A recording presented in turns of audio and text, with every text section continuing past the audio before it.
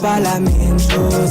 Bosser, donc on doit bosser. Encore plus que ça. Bosser, donc on doit bosser. On n'a pas le choix. Bosser, mis dans la bosser. Encore plus que ça. Bosser, donc on doit bosser. On n'a pas le choix. Bosser, donc on doit bosser. Encore plus que ça. Bosser, on mis dans la bosser. Encore plus que ça. Bosser, donc on doit bosser. Encore plus que ça, yeah, on n'a pas le choix. Ah, yo, yo, yo, yo, yo. Ah, yo, yo, yo, yo, yo. Ah, yo, yo, yo, yo, yo. Hasa la doublé, y'a mis ton camp, y'a mis les toits, mais à Kalaïta, et moi la kiffé, nous comme on dit, ouais la femme, y'a coup de petit peu quand nous y'a dit, pour qu'on s'en met cahier de tête, ça y gazé. Y'a n'y a que les temps, y'a pas qu'à pour qu'on nous complète, ouais les gazés. Y'a plus de l'eau, coro, les kékéta, y'a m'sort quand c'est non la huta. À ce cas, je vais la honte, tu l'as pas, y'a les tibia, sur le coup, ça se coumia. À mon moyen, quoi, la kétonia, on a gassé, mais ma bé, à dodo, ma do, coupa, longo, que mou, j'en ai ringa, d'ailleurs, quoi, la kéni, t'en y est allé, si y'a un go. This is Vesti featuring Palesa. This one is titled Boss. So it's 10 minutes past 9 Central Africa time, and you're tuned in to On the Move. Gender-based violence is destroying lives and tearing communities apart. It happens in homes, in schools, at workplaces, and too often in silence. But it doesn't have to continue. If you see it, speak out. If you are hurting, reach out. Because doing nothing is not an option. Listen to all 19 SABC radio stations from Wednesday 23rd of July for hard talk, discussions, advice, dramas, educational shows, and interviews around GBV with experts, survivors, lawmakers, and the whole country affected by gender-based violence. For all your favorite SABC radio stations, call 0800 428 428 to report abuse or get help. GBV, it ends with you. This message is brought to you by the SABC. Palesa and Benjamin fuel your day with fresh African perspective on Channel Africa. Benji, what do your friendships look like? Do you have a lot of friends? Yeah, a few friends. No, I don't have a lot of friends. Yeah. I'm kind of very specific about friends, not because of people themselves and my judgment of people, but usually the friends is it takes me a long time to actually make friends. I'm pretty much the same. I have very few friends. I think less than one hand, less than five. And I have a number of acquaintances, but I'm very certain about that, that separation between my friends and my acquaintances. And one of my bestest friends, in fact, we've been friends since we were 6 years old. So from the grade 1, so since we were 6, we're still friends today. But it's great to see that friendship is really changing, and not all friendships need to be all consuming. And that's the thing, right? Sometimes there are friends who want to always be there. They want to always talk. Every week you must link up, and that's how people see friendships. And I think those friendships are actually healthy, right? Yeah. I think there are friendships that lend themselves very well where there's constant communication. That's a dynamic that some people actually enjoy very much. However, there are relationships that we have that soft kind of relationship to it. You inclined to touch base now and then, have to see what's the latest developments in your life, and some of those relationships that feel softer probably are more intimate, because that's when you know that you're going to have a real connection with someone, and that's what we're going to be talking about right now. And it's very key to understand these relationships, because someone might say they're not real relationships, they're not really there for a real cause in your life, but they do play a particular function. We unpack why soft friendships are becoming the new gold standard. What makes these bonds feel so safe? Are they replacing besties for life energy? How do you know when a friendship is soft, or is it actually fading? Tidi Litwale is a relationship coach who joins us on the line. Thank you, Tidi. Thank you for joining us here on the show. Good morning, Benji. Thank you so much for having me. It is a pleasure. Hey, I love when people. Palesa. I love it when people call me Benji. You know, everyone seems to call me Benji. It's like a cool thing now. I'm gonna own Benji now from on. Let's talk a little bit about. Tidi, let's talk a little bit about this. Friendships. Friendships have different dynamics. They offer different things. That's why I was saying to Bali that, you have those relationships where constant contact is a must. But then you get these relationships that we're going to be speaking about today that feel a little bit softer, a little bit more casual, but they also play their role. Mm-hmm. True. Just to start, we are in an age where we are busy, right? As youth and Dala, we are busy. We have a lot of things going on. We are running homes, we're running businesses, we are busy 9 to 5, we have kids, we have all of that. So we honestly don't have time to ourselves, let alone have time for everybody else. So soft friendships, or what we used to call inexpensive relationships, are becoming a norm. That's friendships where we afford each other the grace to be ourselves, the grace to do life without the pressure of the constant contact, constant hookups, and all of that. But in the essence of the true friendship, we do know that we are there for each other.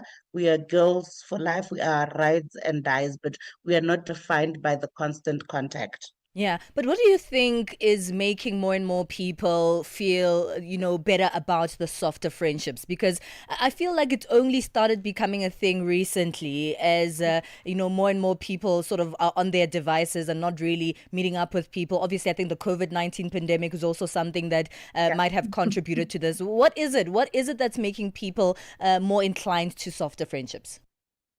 You really hit it on the head there when you COVID-19, or the 4 years of the pandemic, really taught us that personal contact is not the beat and all of everything, because we were able to run our lives without contact.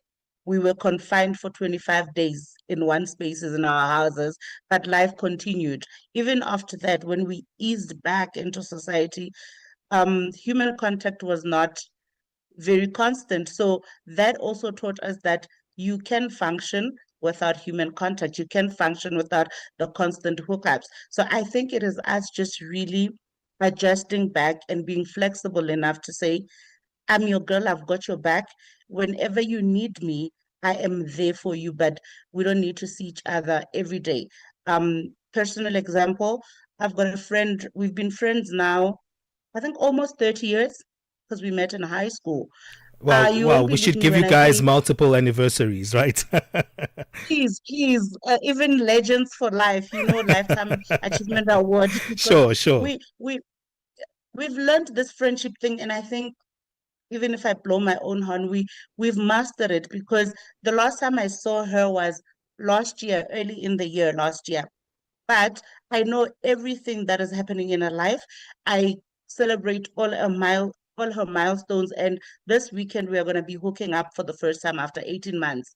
But I'll tell you, every time we're on a call, it's like we met last night. It's like the last time we saw each other was Yeah. a few hours ago, because of the quality of the friendship, because we have validated each other so much that we don't doubt each other's presence or quality in each other's lives. I know she's my friend. She knows Hmm. she's my friend.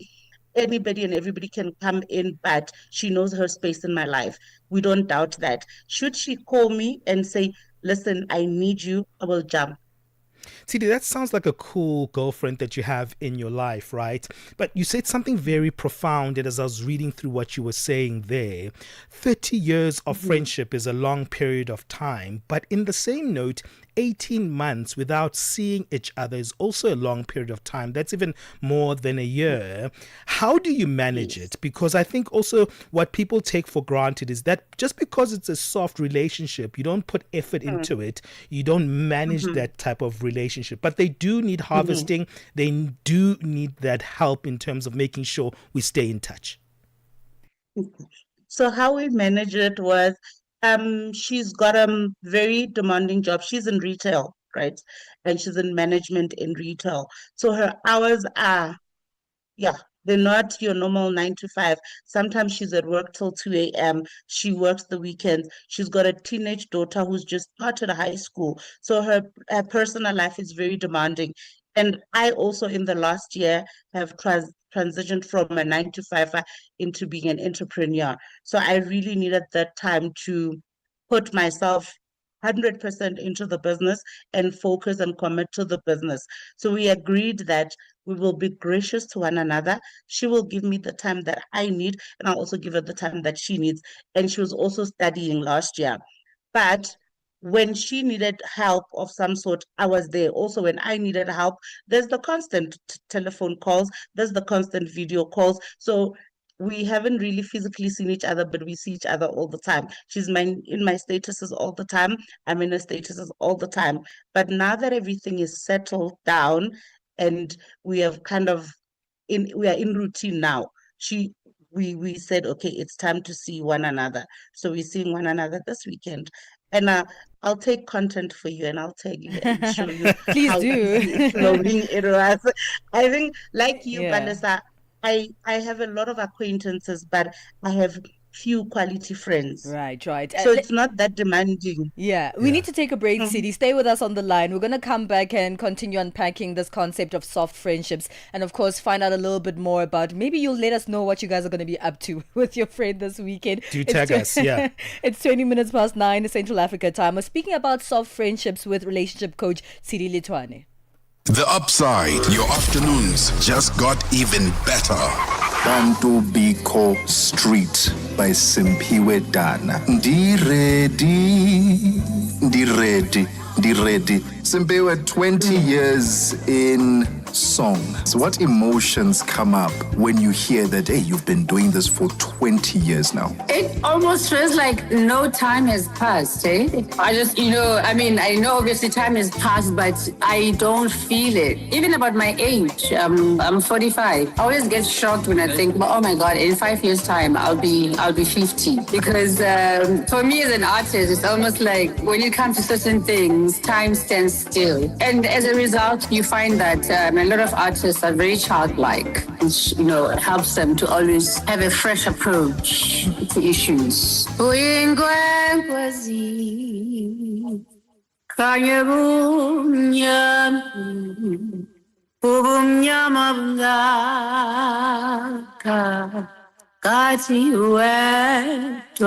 I tell you what, I'm feeling healed just by that. We take no sides, none whatsoever. We are the Upside. Get set and be ready to go. On the move with Palesa and Benjamin Moshatama. Hey, we're unpacking what we're calling soft friendships. It seems like friends are not riding or dying anymore, but they're trying to be simple and trying to be, give each other the space to breathe in our own lives while still maintaining a friendship. We're still unpacking this with relationship coach CD Litwane. CD, you were speaking a little bit about your friendship of 30 years there, and you're like, yeah, we might not be seeing each other for 18 months, but we've been watching each other's statuses, we've been video calling. Is this soft friendship just a transition from an in-person friendship to a digital friendship? Oh, wow, digital friendship. We're coming up with so many new terms this day. Because it seems like the relationship itself is on social media. I mean, it's on, the digital space rather than it being in person. I think it's a 50-50, a little bit of balance. And just to justify what I said earlier, it's not that we haven't seen each other for 18 months for lack of trying. Things always come up. So I think even everybody that's listening out there, don't feel guilty when something comes up and you need to cancel on your friend or something more urgent. It does not mean the relationship is not important. It just means that something more urgent came up. So yes, I guess we are in a digital friendship and we are loving it. Yeah. The age, I think also the older we are getting, the more we realize that there's so much going on and there's only one you that needs to tackle all of that. So give yourself the space that you need because for me, we look at it as, would you rather I be physically present but be absent? Because I can be there for all the time presently, but emotionally not be there, not be able to support you emotionally, Yeah. or not be able to be present in the sense of I'm here, so I'll be with you all the time, but I'll be on the phone all the time while I'm with you because I'm running something else on the side, or I'm catching up with other people on the side. So put that all aside, and when it's done, let's then be back physically. And who knows, maybe after this weekend, we'll then think, oh wow, we've really missed this. Let's try and do this more often. Right. Look, I completely get So that. And I think the older that we become, CD, the more we are mm, consumed with the things that are happening in our own lives, our mhm. partners, our families, our homes, our children, our work, etc., etc. And as long as that feeling is still there with your friend, that is some way of maintaining. But here's a question from me. How can you tell a difference between a friendship that is soft and a friendship that is falling apart? Sure. A tricky one. When a friendship is fading, you can there's always that gut feeling to say, I'm losing this person. You can sense that this person is no longer there. So when the relationship or friendship is fading, there is less contact. They no longer check up on you. They no longer send a text and say, hey, just you just popped in my mind and then I just thought I'd check on you. There are no more phone calls, or you move from one call a week to one call in 6 months. Or if you don't make the first contact, the other person is just quiet. So they're not interested even in your progress, even when you share something. It was recently my birthday last month, and I'm the petty girl, right? So I went through my messages and said, oh, this one forgot my birthday, so I'm no longer important in them. So when it's still soft, they remember the important dates and they remember what is important to you. But when it's fading, a huge thing, birthdays are huge, birthdays are milestones. So as soon as your person starts forgetting those things, that okay, it's their birthday today, you don't even get a text, then you know it's now over, it's no longer soft. So it's in the small details, it's in the small things that matter to you. When a person loves you, they love the things that you love as well, and the things that are important to you also become important to them. See, there's a little bit of a challenge that I'm thinking of right now, and that challenge Mm-hmm. is, friendships don't include just two people. It's not just maintaining my friendship and my Mm-hmm. friend. There's also these wonderful extended families that we have, our children, we have our husbands, our wives, we Yes. have our boyfriends Yes. and girlfriends. And at times, we can stay in this bubble of me and you, but as time goes, we have to involve these other people in this friendship that we have. How do you do that in a soft friendship? It feels like it's a mountain to climb. We need to share ourselves with the people in our lives. um I think the smaller the crowd, or the smaller the friendship ships, the easier it is to navigate. So I'll go back to this specific friend.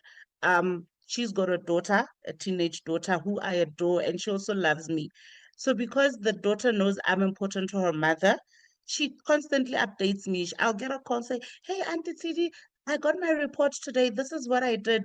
You know, on her birthdays, I'll also return the gesture in our phone. So it's important, when people are important to you, share them with your friends without also feeling that you are sharing too much with the soft people in your life.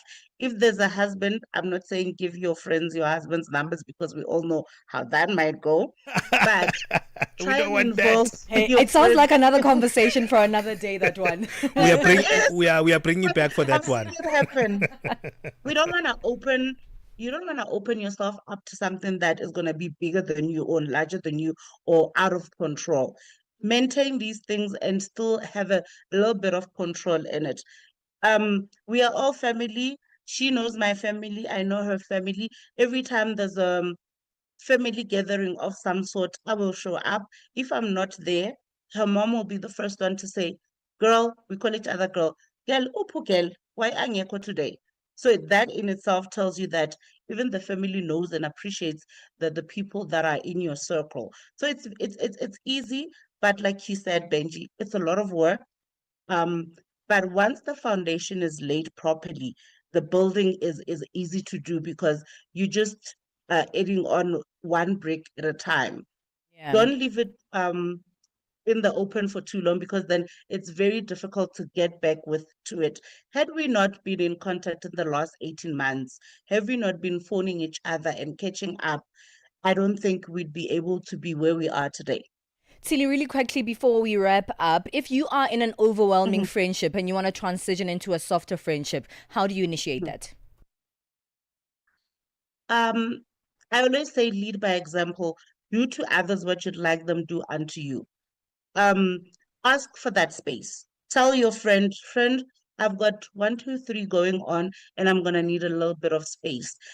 And as naturally as this is, we are all different, even in the friendships. You know your friend, you know there's those that are emotional and that need constant contact. So be gentle even when you're breaking it down to say, listen, I've got 1, 2, 3 going on. I'm gonna need the space. I'm not gonna be able to hook up as often as we usually do.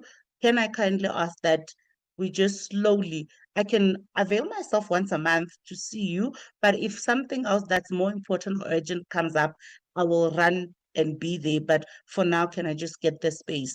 In the beginning, it's difficult, it's a mountain, but once you get into the things, the mode, then you will see it's so easy, and the friend might just surprisingly love it as well, because then it gives them the other, if you're Sure. meeting once a month, the other 3 weeks they can do whatever they want with their lives. Okay, just quickly, we're wrapping up now, CD. Where can we get hold of you on social media so we can follow you and get more of your advice? I'm an easy one. TD Letwane or Coach TD across. Where am I? I'm on Facebook, I'm on TikTok, I'm on X, and I'm on IG. Well, Coach that's TD. fantastic. Thank you, Coach TD, for joining us. TD Litwane is a relationship coach, and thank you for joining us here. Do you have soft friendships, or do you want someone always there for you? Let us know on our WhatsApp number, where you can text us and voice note us. +2763 406 9126. +2763 406 9126. It's 9:30 Central African time. Let's move on and get our sports update. Sports on Channel Africa. The African perspective. And in our sports update this hour, we begin with cricket news, where South Africa's under-19s delivered a commanding performance in Harare, crushing Zimbabwe by 226 runs in their latest Youth ODI Tri-Series clash, thanks to a fiery spell from Bandile Mbata, who claimed 5 for 16 in just 7 overs. The junior Proteas piled on 304 for 6 with half-centuries from Mohamed Bulbulia, 75, Adnan Lagadin, 53, Vihan Pretorias, 52, and Daniel Bosman, 54, not out, before Mbata and Paul James, 3 for 5, tore through the hosts, bundling them out for just 77 in under 24 overs. The emphatic win sees South Africa climb to the top of the table ahead of the final group clash with Bangladesh on Wednesday, with both sides already confirmed to meet again in Sunday's final. And the discus and shot put sports specialist Andries Kruger feels honored after receiving the 2025 Coach of the Year G-Sport nomination. This after an illustrious career in coaching, having led his daughter Simone to become an Olympic gold medalist. Kruger adds that it feels good to be recognized by a global woman in sport platform, having collected global accolades while coaching top female para-athletes. I'm very excited to be nominated as a G-Sport coach, and it means a lot when you get recognized, especially as a coach, because a coach can keep on giving of himself and never get recognized, but it stays an amazing but still very challenging job. Kruger unpacks his journey as a professional coach, stating that it has been a pleasant experience having to train both his daughters, Lisanne and Simone, and further shares highlights with 20-year-old Simone, who later became a household name as a discus thrower. With both of my kids, but Simone started training together with her older sister because she was so inspired of what her sister did, and that is where the journey started. In terms of the highlights, although Simone is only 20 years old, the biggest highlights go back to 2019, where we realized at the age of 14, the highlights in terms of a silver medal at Women's World in Dubai would become an enormous medal. On to football news. Algeria made a commanding start to their Total Energies CAF African Nations Championship Chan Pamoja 2024 campaign with a clinical 3-0 victory over the co-hosts Uganda at a packed Nelson Mandela National Stadium in Kampala on Monday evening. Goals from Ayub Gezala, Abderrahmane Meziane and Sofiane Bayazid sealed the win for the North African Giants, who once again displayed their tournament pedigree with an organized, composed, and tactically efficient performance that left the Cranes chasing shadows. The result marks Algeria's third consecutive win over Uganda at Chan, extending their unbeaten group stage record in the competition to 7 matches. For Uganda, it was a sobering return to familiar struggles as their hunt for the first ever knockout appearance at Chan continues.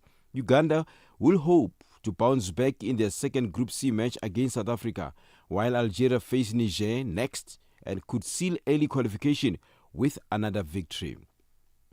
We wrap up with tennis news. Novak Djokovic withdrew from this week's start of the ATP Cincinnati Masters with a pull-out coming a year to the day from his Paris Olympic gold medal victory.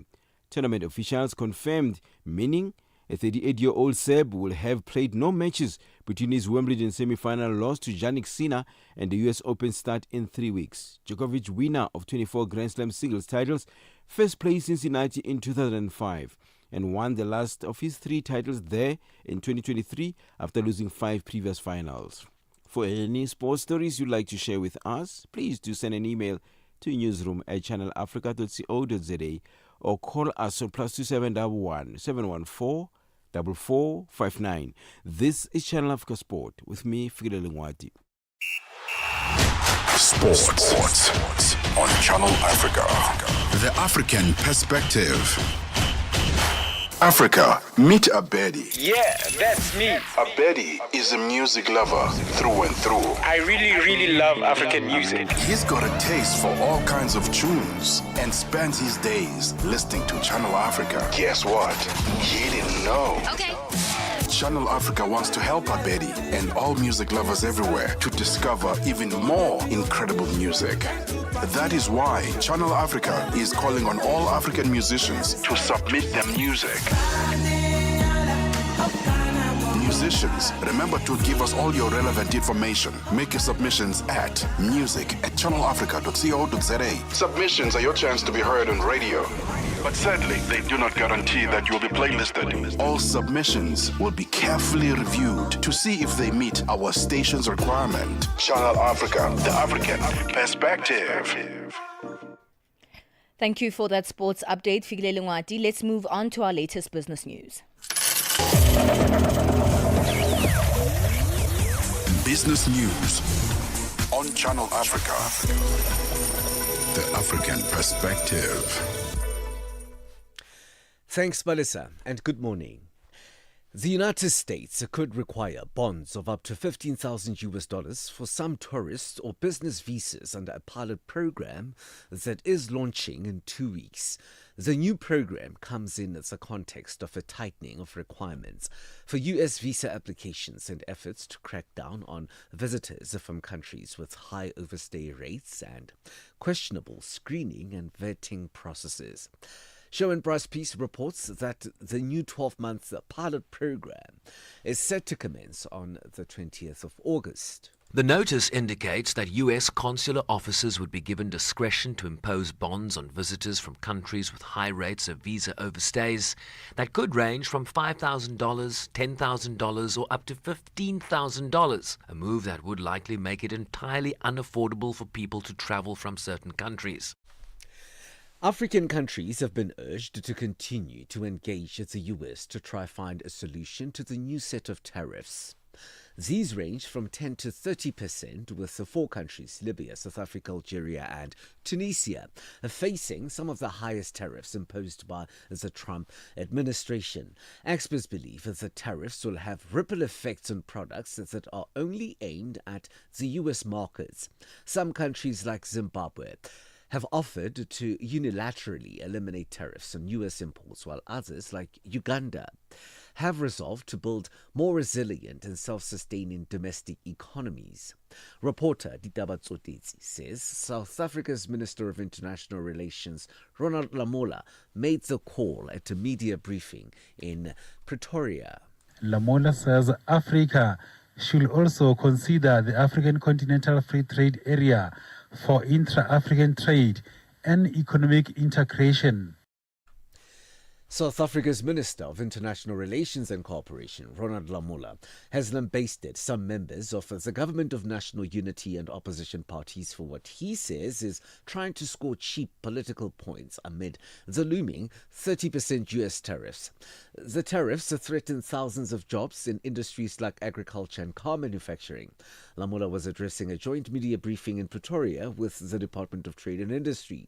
He says government is working on ways to mitigate job losses. Our view is that all of us as South Africans, irrespective of our political affiliations, whether you're an opposition, NGO, business, or in government, GNU, partner, or anything, once you get out of South Africa, we all have a responsibility to promote the national interest of South Africa. The economic impact on liquor traders in South Africa continues to grow, creating employment in a rapidly evolving market. This was revealed at an event celebrating contributors to South Africa's beer value chain, the local retailers hosted in Johannesburg. The event sought to highlight the country's, the industry's significant role in advancing the nation's economic development and support for livelihoods. Chief Director for Economic Development in Gauteng Province, Griselda Venter.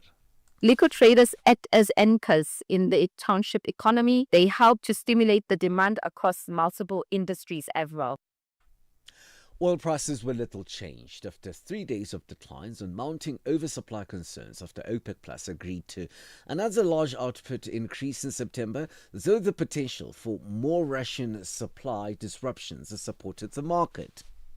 Brent crude futures were unchanged at $68.76 a barrel, while US West Texas Intermediate crude was at $66.27 a barrel, down 2 US cents or 0.3%. Both contracts fell by more than 1% in the previous session to settle at their lowest in a week.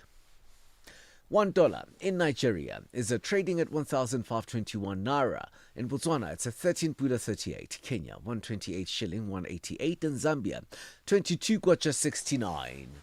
The BRICS countries in Brazil, the dollar will cost you 5.53. Russia, 79 rubles 87. India, 79 rupees 69. China, 7 yuan 18. And in South Africa, the dollar will cost you 17 rand 98 cents. $1 is trading at 75 pence to the British pound and 86 to the euro. Gold is trading at $3,373 and platinum $1,325 per ounce. Brent crude oil is at $68.61 a barrel. For any business stories you would like to share with us, please just send us an email to newsroom@channelafrica.co.za or call us on +2711 714 4459. For Channel Africa Business in Johannesburg, I'm Thabisolo Hoko. Business News on Channel Africa. The African Perspective. The Midnight Snack, 12 to 3 a.m. Young couples or young people that are getting married, we often hear of divorces, that they're getting divorced, and it's quite worrying because when we attend these weddings, we want to see these people flourish and celebrate 30-year anniversaries. What do you think is the main challenge that is facing newlyweds? We say that tell me how you were raised and I'll tell you how you're loved. So when we see people getting married, that's not where the relationship actually starts. The relationship starts with how you were raised, what you were familiar with, because we are attracted to what we are familiar with. If you don't have a background where love was prominent, where love was authentic, it's going to be very difficult for you to manufacture that in later life. So our upbringing has something to do with it. The Midnight Snack, every Monday, 12 to 3 a.m. with Chanduko Ligege. SABC Sport brings you Chasing the Sun, a powerful 5-part documentary series about the Springboks, telling the rousing tale of their path to redemption and ultimate World Cup glory in 2019. Starting on the 13th of July at 7:30 p.m. Central African Time on SABC2. Tune in every Sunday for the highs, the heartache, and the heroics that made rugby history. Stream each chapter on SABC Plus anytime, anywhere, no subscription needed. Don't miss Chasing the Sun this Sunday at 7:30 p.m. Central African Time on SABC2. Be there when history shines. Benjamin Moshatama and Palesa on the move.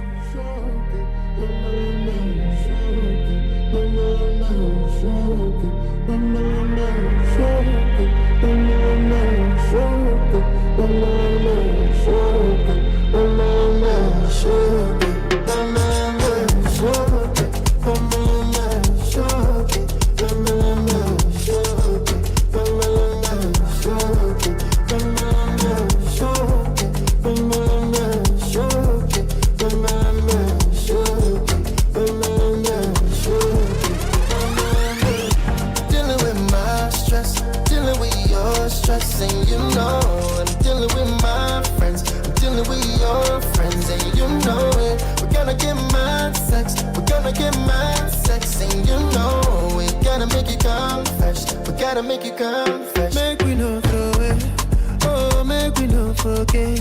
Yeah, make your day, swing your love my way. Baby, not today, you want to fight or you want to stay. Do me wrong and I'll take all the blame. Do me something to make I go crazy. Say you want and you need. When you call all the busy, oh, make me take on the easy. Teach your love to the greedy. Yeah. Every time you dey tease me, say you better for leave me. Oh, make me not turn small thing into bigger something. Yeah. Dealing with my stress, dealing with your stress, and you know I'm dealing with my friends. Dealing with your friends, and you know it. We're gonna get mad sex, we're gonna get mad sex, and you know we gotta make you come fresh, we gotta make you come fresh. Then you know, like I know, that you know, that I know.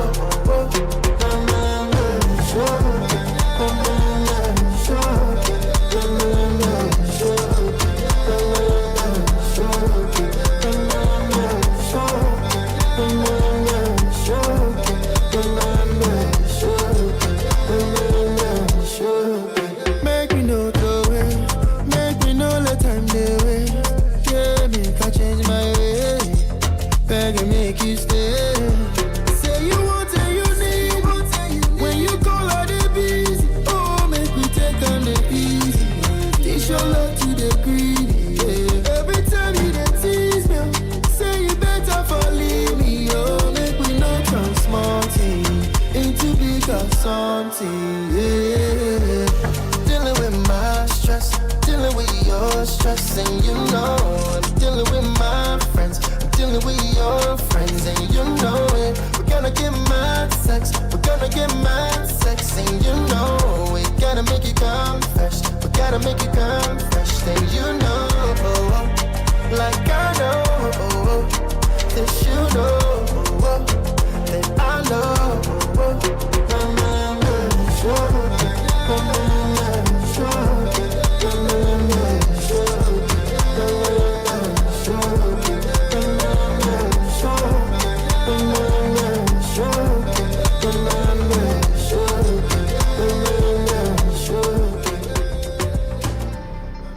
Hey, it's funny, we're speaking about friendship. That song is all about friendship. That one is titled Mad, SARS and World, taking us to 47 minutes past 9 o'clock Central African Time. We're speaking friendships, and we're speaking about the softer type of a friendship where it's more casual, easygoing. We don't always have to be in each other's DMs. We can easily just be speaking every second week and just catch up. And then when we do catch up, there's just the sparks that fly, right? That's so true. I was actually on a weekend away on our annual camp with two of my my closest friends. Yeah, you left me behind. Yeah, sorry, Beji. Yeah, next year I'm coming with you. Of course.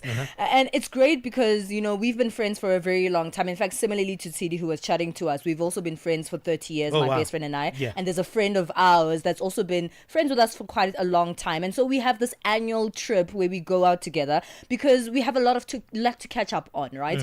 Just generally generally during the year, we just like on the phone, and even like 2 weeks can go past without us even texting one another, but it never feels like the friendship is over. It always feels like, okay, we are connected, we're still here. I still know a lot about you, and I understand what's happening in your life, and you understand what's happening in mine. But it's always nice to catch up and come back to one another and spend the weekend together and enjoy ourselves. And recently there's someone else who's been trying to build a friendship with me, and for me it's like a little bit overwhelming, because maybe they know that, or maybe they think that to them friendship should be like, yeah, we should be having lunch every week, we should, and I'm like, I don't know how to explain that. Yeah, that's not actually how I friendship. Yeah, but also I feel like there's a similarity to that, because TD's story and your story sounds the same. Yeah. And I'm wondering if the softness is created by the hardness, because you had this hard period in your lives where you guys were always together in each other's faces. Yes. And that kind of maintained kind of the momentum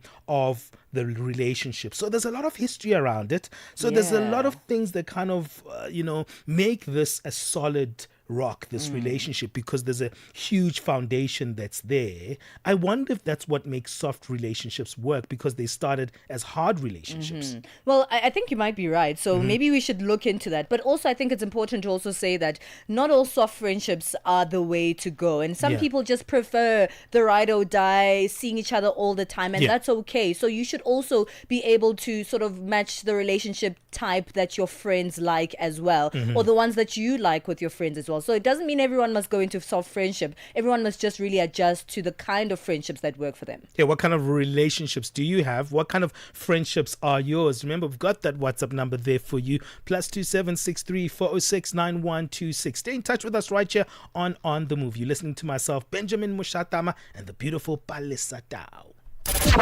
Africa in Song with Chanduko Ligege.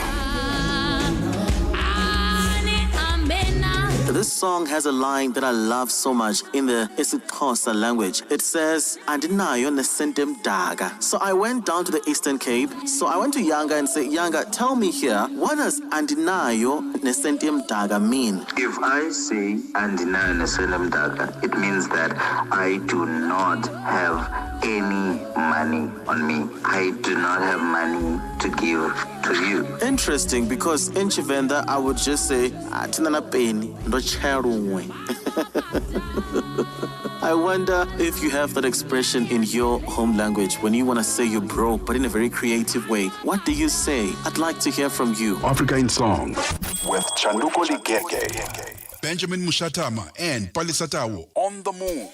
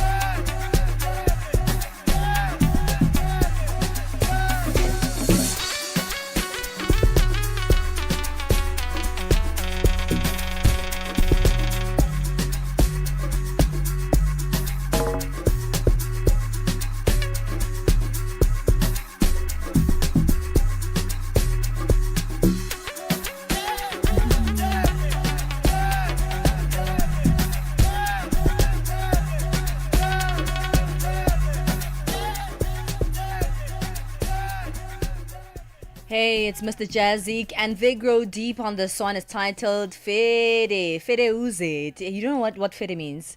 It's like, how are you? It's like slang, township slang. Fede, how are you doing? It's 9:56 Central African time. We're chatting about friendships here on The Move. So I wanted, when I asked the question, like, what do you do if you have an overwhelming friendship and, you want to go into like a softer one? Because just because you see soft friendships as, the standard or the new standard of friendshipping, it doesn't mean that the friends you have also feel connected in that way. So if you have a friend that feels connected to the friendship in a very different way and you want to try a soft friendship, it must be hard to say to them, hey man, I think we should do less. I think we should maybe connect more on WhatsApp, or we should just chat more instead of like always meeting up, because I can't always keep up with that amount of like personal interaction.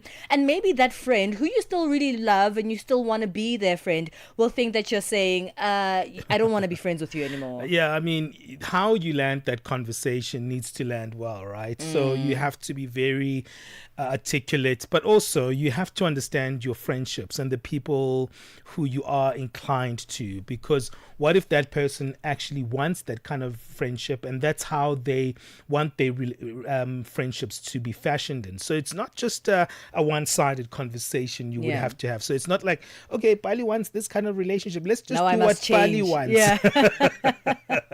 You know what I mean? It'll probably be a huge negotiation, and that's what relationships are. But do you think people do that often enough? Do you think people negotiate their relationships often enough? Because I feel like we're usually on like autopilot with even our romantic relationships and our friendships. We just meet up, we decide on being friends or being in a partnership, and then we're on autopilot from there on. I don't think we're on autopilot. I think we're living and we're always trying to figure it out, And there are test and trial moments in a relationship.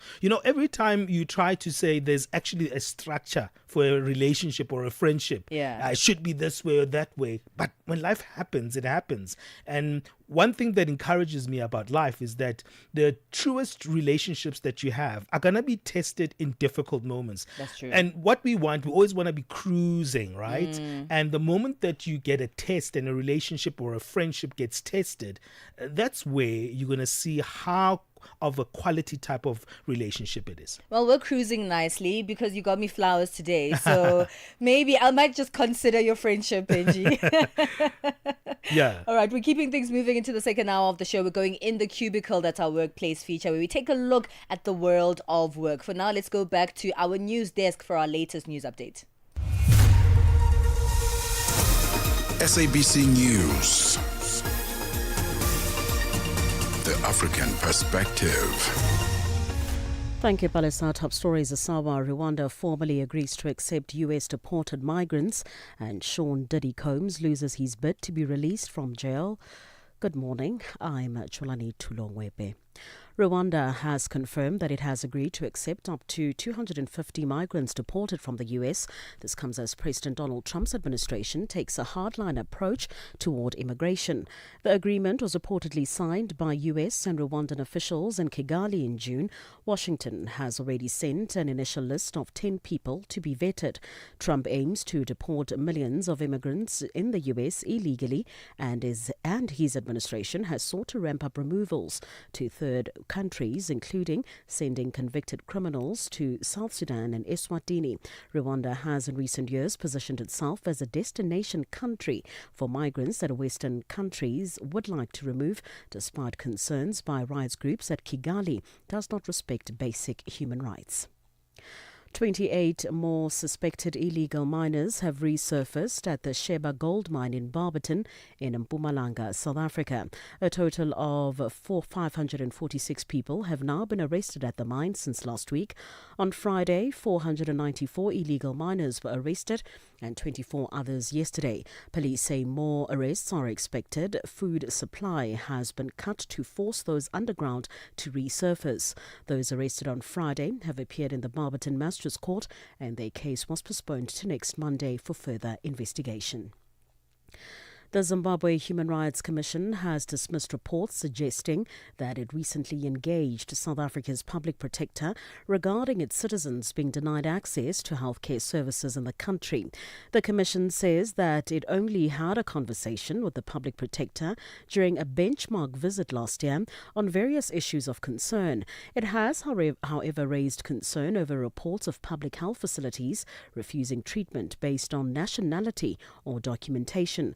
The Commission's chairperson, Jessie Majomane, says they will engage the public protector on the matter. During the benchmarking visit that the South African Public Protector, Advocate Koleka Taleka, graciously hosted us in, we had a conversation in which we mutually expressed concern and agreed that we need to engage about this problem of the conflict that has arisen in South Africa regarding the seeking and sometimes the barring of access to healthcare by Zimbabweans. We planned and we agreed that we were going to formally engage each other so that we could find solutions. This was before this has escalated as this. Palestinian protesters in South Africa are being hauled to court to prevent them from protesting outside Cape Union Mart studios. The protesters claim executive chairperson of the Cape Union Mart group of companies, Philip Kravitz, is a supporter of Israel. At least 4 protesters are expected to appear in the High Court this morning. Palestine Solidarity Campaigns Coordinator, Professor Yusuf Chikte. This legal attack is a blatant act of Zionist warfare, an attempt to bully us and to silence those who dare to protest genocide and apartheid. Kravitz seeks to block our constitutionally protected right to call for the boycott of persons complicit in the atrocities being carried out in Gaza, where Israel is starving people to death. Sean Diddy Combs has lost his bid to be released from jail ahead of his sentencing on the 3rd of October. This despite a jury having found the hip-hop mogul not guilty of the most serious charges at his sex crimes trial. A week ago, Combs' lawyers had asked the judge to release him on a $50 million bond, saying conditions at the Metropolitan Detention Center in Brooklyn were dangerous. Recapping the top story this hour, Rwanda has confirmed that it has agreed to accept up to 250 migrants deported from the U.S. This comes as President Donald Trump's administration takes a hardline approach toward immigration. For any news stories you would like to share with us, please do send an email to newsroom@channelafrica.co.za or call us on +2 1 714 4459. For Channel Africa News, I'm Jolani Tulo-Wepe. SABC News. The African Perspective.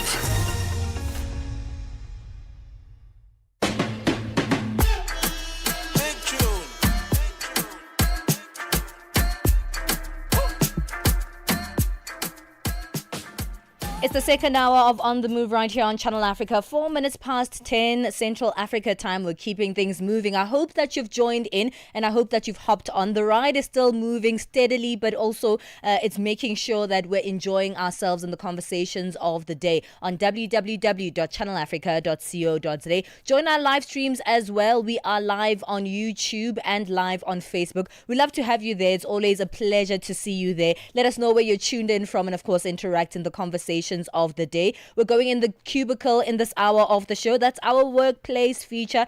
And, I think a lot of times in the cubicle, we like to chat about, ways to make the workplace better. Yeah. And, if this is happening, this is what you can do. This is what you can learn. But often it seems like leaving and finding a new avenue is the very last option. Yeah, I think that's the difficulty when you feel like you've reached the peak of that moment in your career and you have to move forward. It's a difficult one because most of us are attached to the sequence of life in terms of the repetition of going to a place that you're familiar with and you've grown in that environment. And at times it's not necessarily a bad thing that you feel like, I've actually exhausted my place here. I know that I've done the best that I can here, but my time is up and I'm feeling like I need to move on. But that move is probably going to be the biggest challenge of your life. Yeah, many of us might actually be facing that particular time. If you're one of those, let us know. Do you feel like, yeah, man, it might just be time to move on? But what are the signs that you do need to move on? That's what we'll be chatting about in the cubicle in this hour of the show. So do stay with us. We'd love to have you. Hey, if you've missed any of the conversations, you can always make sure that you catch up here on Channel Africa. www.channelafrica.co.za is our website, and that's where you can get all our content that we have on air. We are multi-platform so go to that website and you'll catch up on the On The Move content indeed. So www.channelafrica.co.za. Maybe you missed that wonderful conversation we had in the first hour looking at soft friendships. You can always catch up right here on Channel Africa.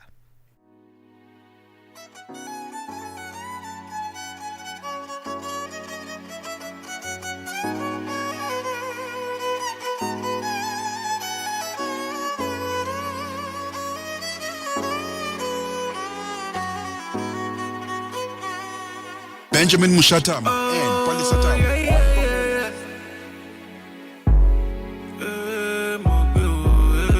Black jersey on the beat.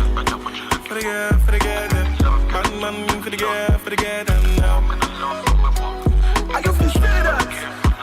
Release it, say, you have captured my heart, oh, baby, oh. Hey, anytime I move, you they hold me down, baby, oh. Yeah. But I must to shoot my shot, oh, baby, oh.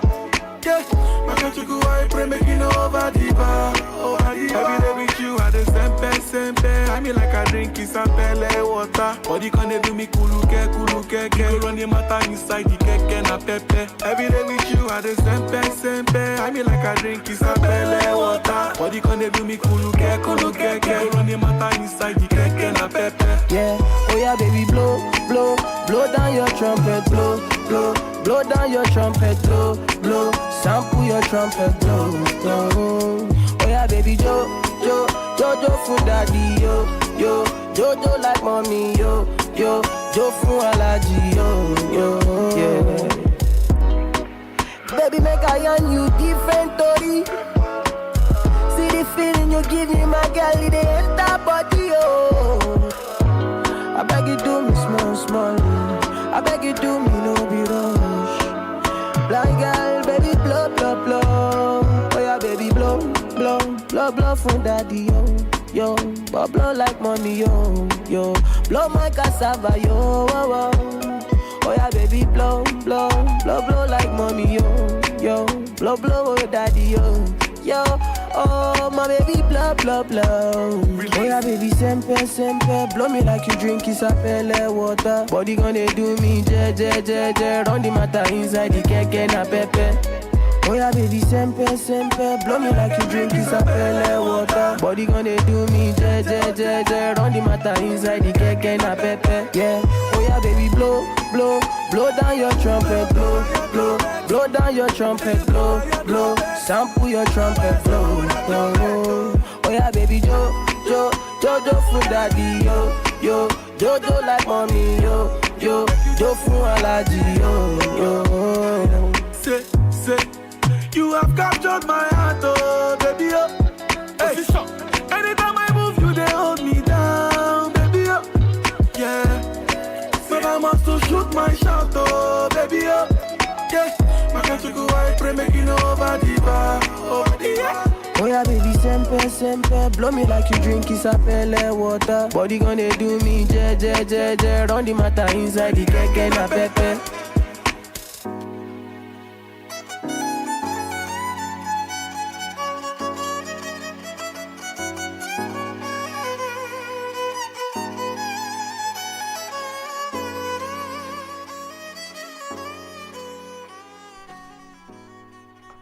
Hey, it's Starboy featuring Black Jersey and Wizkid. This one is titled Blow. It's 10 minutes past 10 Central Africa time. Get Channel Africa on DSTV Audio Bouquet. Channel 802. Zilipendwa na Abedi Jean de la Croix. Tumetoka kusikiliza wimbo na huu ni utunzi wako, wewe ndio umeandika mistari na imani wewe ndio umeandika mstari. Tuanzie kwenye jina. Wimbo unaenda kwa jina gani? Wimbo unaitwa Kanjori. Aha, Kanjori. Kanjori maana yake nini? Kama jinsi nilivyoimba. Nauza wazo leo, kesho na wazo wa uzuri wake, mwendo wake. Sijapata sio msikilio. Ukekau matendo yake, changu chake. Unatisha kweli kweli. Aha, Kanjori. Ni historia gani au message gani ambayo imefichama nyuma ya wimbo huu? Ya, Kanjori kwa ufupi ni kitu kizuri, yani kitu kidogo. Kitu kadogo yani, alafu ni kazuri ambapo kanavutia kwa kila mtu. Zilipendwa kila Jumamosi kuanzia saa 12 kamili majira ya Afrika ya Kati hadi saa 1 kamili majira ya Afrika ya Kati. I know we complain so much every day, maybe even to our friends and family, like, you know what, I'm so tired at work. Yeah. I've almost had enough, in fact. So you find people complaining about, the long hours, feeling unappreciated. Mm-hmm. They have like too big of things to do. The to-do list is way too long and it's another late night at your desk. And sometimes you get to a place where you realize that, this is actually not working at all. What gets very interesting is when you actually don't feel it's like depressive or negative, and you've just outpaced yourself in that organization. At times the organization itself can feel too small for you, and you're like, you know what, I need to get out of here and explore a little bit more in my career. Yeah, so if you're feeling stuck or demotivated or maybe just plain exhausted, today we're finding out exactly, when it's time to move on, and we're finding out the signs that it's time to move on from your particular workplace. This is In the Cubicle, and we're chatting to Tando Ngube, HR specialist, about this. Tando, it's always a pleasure to have you. How are you doing? Very well, thanks. And yourself? Hi, Palesa and Ben. Doing great. Thank you so much. We complain a lot. People complain a lot about work, but it's not all bad, is it? It's not always all bad. And I think sometimes it's just human nature to complain, not because you want to leave, but more as an outlet, which also to the topic doesn't necessarily mean it's time to leave. Yeah, that's so true. And, a lot of the times when we have conversations about work, like here on the show as well, we try and find out how to make things better. And that's how it is, right? We're trying to maybe climb a particular career, climb up the ladder, reach your particular career goals and get to a particular place from the work environment, but also financially. However, that's not all there is to the work environment. It really isn't. And I think one of the things that is important to consider is many of us enter corporate and believe that we must climb the corporate ladder. But sometimes, certain people are comfortable with where they're at. And I think that's the first thing that we need to think about is, am I in this rat race because it's what I want and it's what energizes me? Or am I doing this because I was told that the only way to progress in life is to get more promotions or get a more senior position in my job? I think a lot of our exhaustion comes from doing things that we believe society expects from us, but not necessarily the things that we feel are important or aligned with our own purpose in life. Many times, in fact, just earlier, we were speaking about how we might be on like autopilot with a lot of our friendships and or our relationships. And work is also one of the relationships that we have, right? So how do we know that we're actually not paying enough attention to how we're feeling in that work environment? I think one of the signs will be burnout. But, and I mean, we talk a lot about burnout. A lot of the time people don't realize they're burnt out until their body actually collapses. So I think the first step is actually taking the time to learn and understand your own body, understand when you're tired. An example is you'll find yourself driving home and you don't even know how you got there because you're so stuck in your head about the stresses and the things that are happening at work that you're not present in the. I think another good indicator, telltale sign, is the people around you. In my own personal experience, I've found that when work is consuming me beyond what is comfortable, my daughter will be the first person to say, "Ma'am, you need to, come back and be present and be with me." Don't they know you have a daughter? So that's a big telltale sign for me as Well, well. well, I like that. That's a healthy indicator, isn't it? 100%. And let's talk a little bit about that because people stay in spaces of familiarity because of that. It's comfortable, it's easy to navigate, you know the people, but also maybe you have that little fear of exploring the unknown. How do you know actually that, you know what, this is me? It's not even the workplace. I'm the one to blame for this. So I think one of the things is, have you done everything that you can to make your work more engaging? A lot of the times, we put a lot of responsibility on the employer to make our experience great. And we tend to be a little bit passive and sit back and, to your point, Palesa, complain about everything that's not happening. But I think a big part is, have you done the things that you need to do, whether it's development, whether it's getting involved in other initiatives in the workplace, whether it's putting your hand up for other, projects or that kind of thing. And if you've done all of those things and still feel like I'm not happy here, then maybe it is time to look at something different.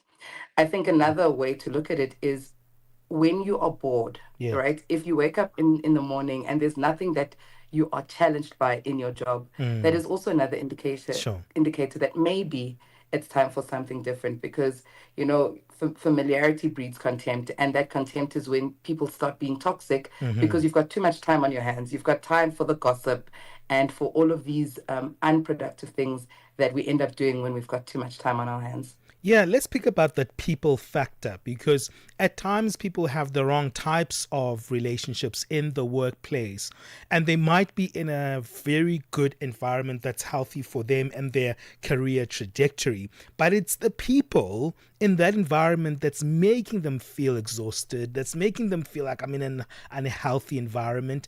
How do you navigate that strife? I think we can't forget that people leave managers, usually the managers, and not the organization. And that's one of the things, anyone that has come to me and had that conversation, you need to be able to take a step back and understand, firstly, is there a way for me to be successful in the space despite this person? And secondly, what is the impact on my mental health of this relationship? I think when it comes to the people, I'm a firm believer that we go to work, not to make friends, but friendships may come out of work. But if you approach it with that intent to say, I'm not here to make friends, but I'm here to work with people who are aiming for the same outcome, then you're less likely to be affected by, not being friendly with certain people. Again, like I said, not at the extent of, or at the expense rather, of your mental health. I think that comes first, and making sure that you are still able to, be healthy, that you're not going home feeling abused or bullied, um, makes it okay to not necessarily be friends with the people in the workplace. Tando, we're obviously not speaking in a vacuum here. We know that there aren't any jobs. So people can be feeling demotivated, stuck, and, all those things. But they're like, if I move on, where am I moving on to? Because I look around me and the majority of people don't actually have work. So am I going to be putting myself in a terrible position if I decide to move on?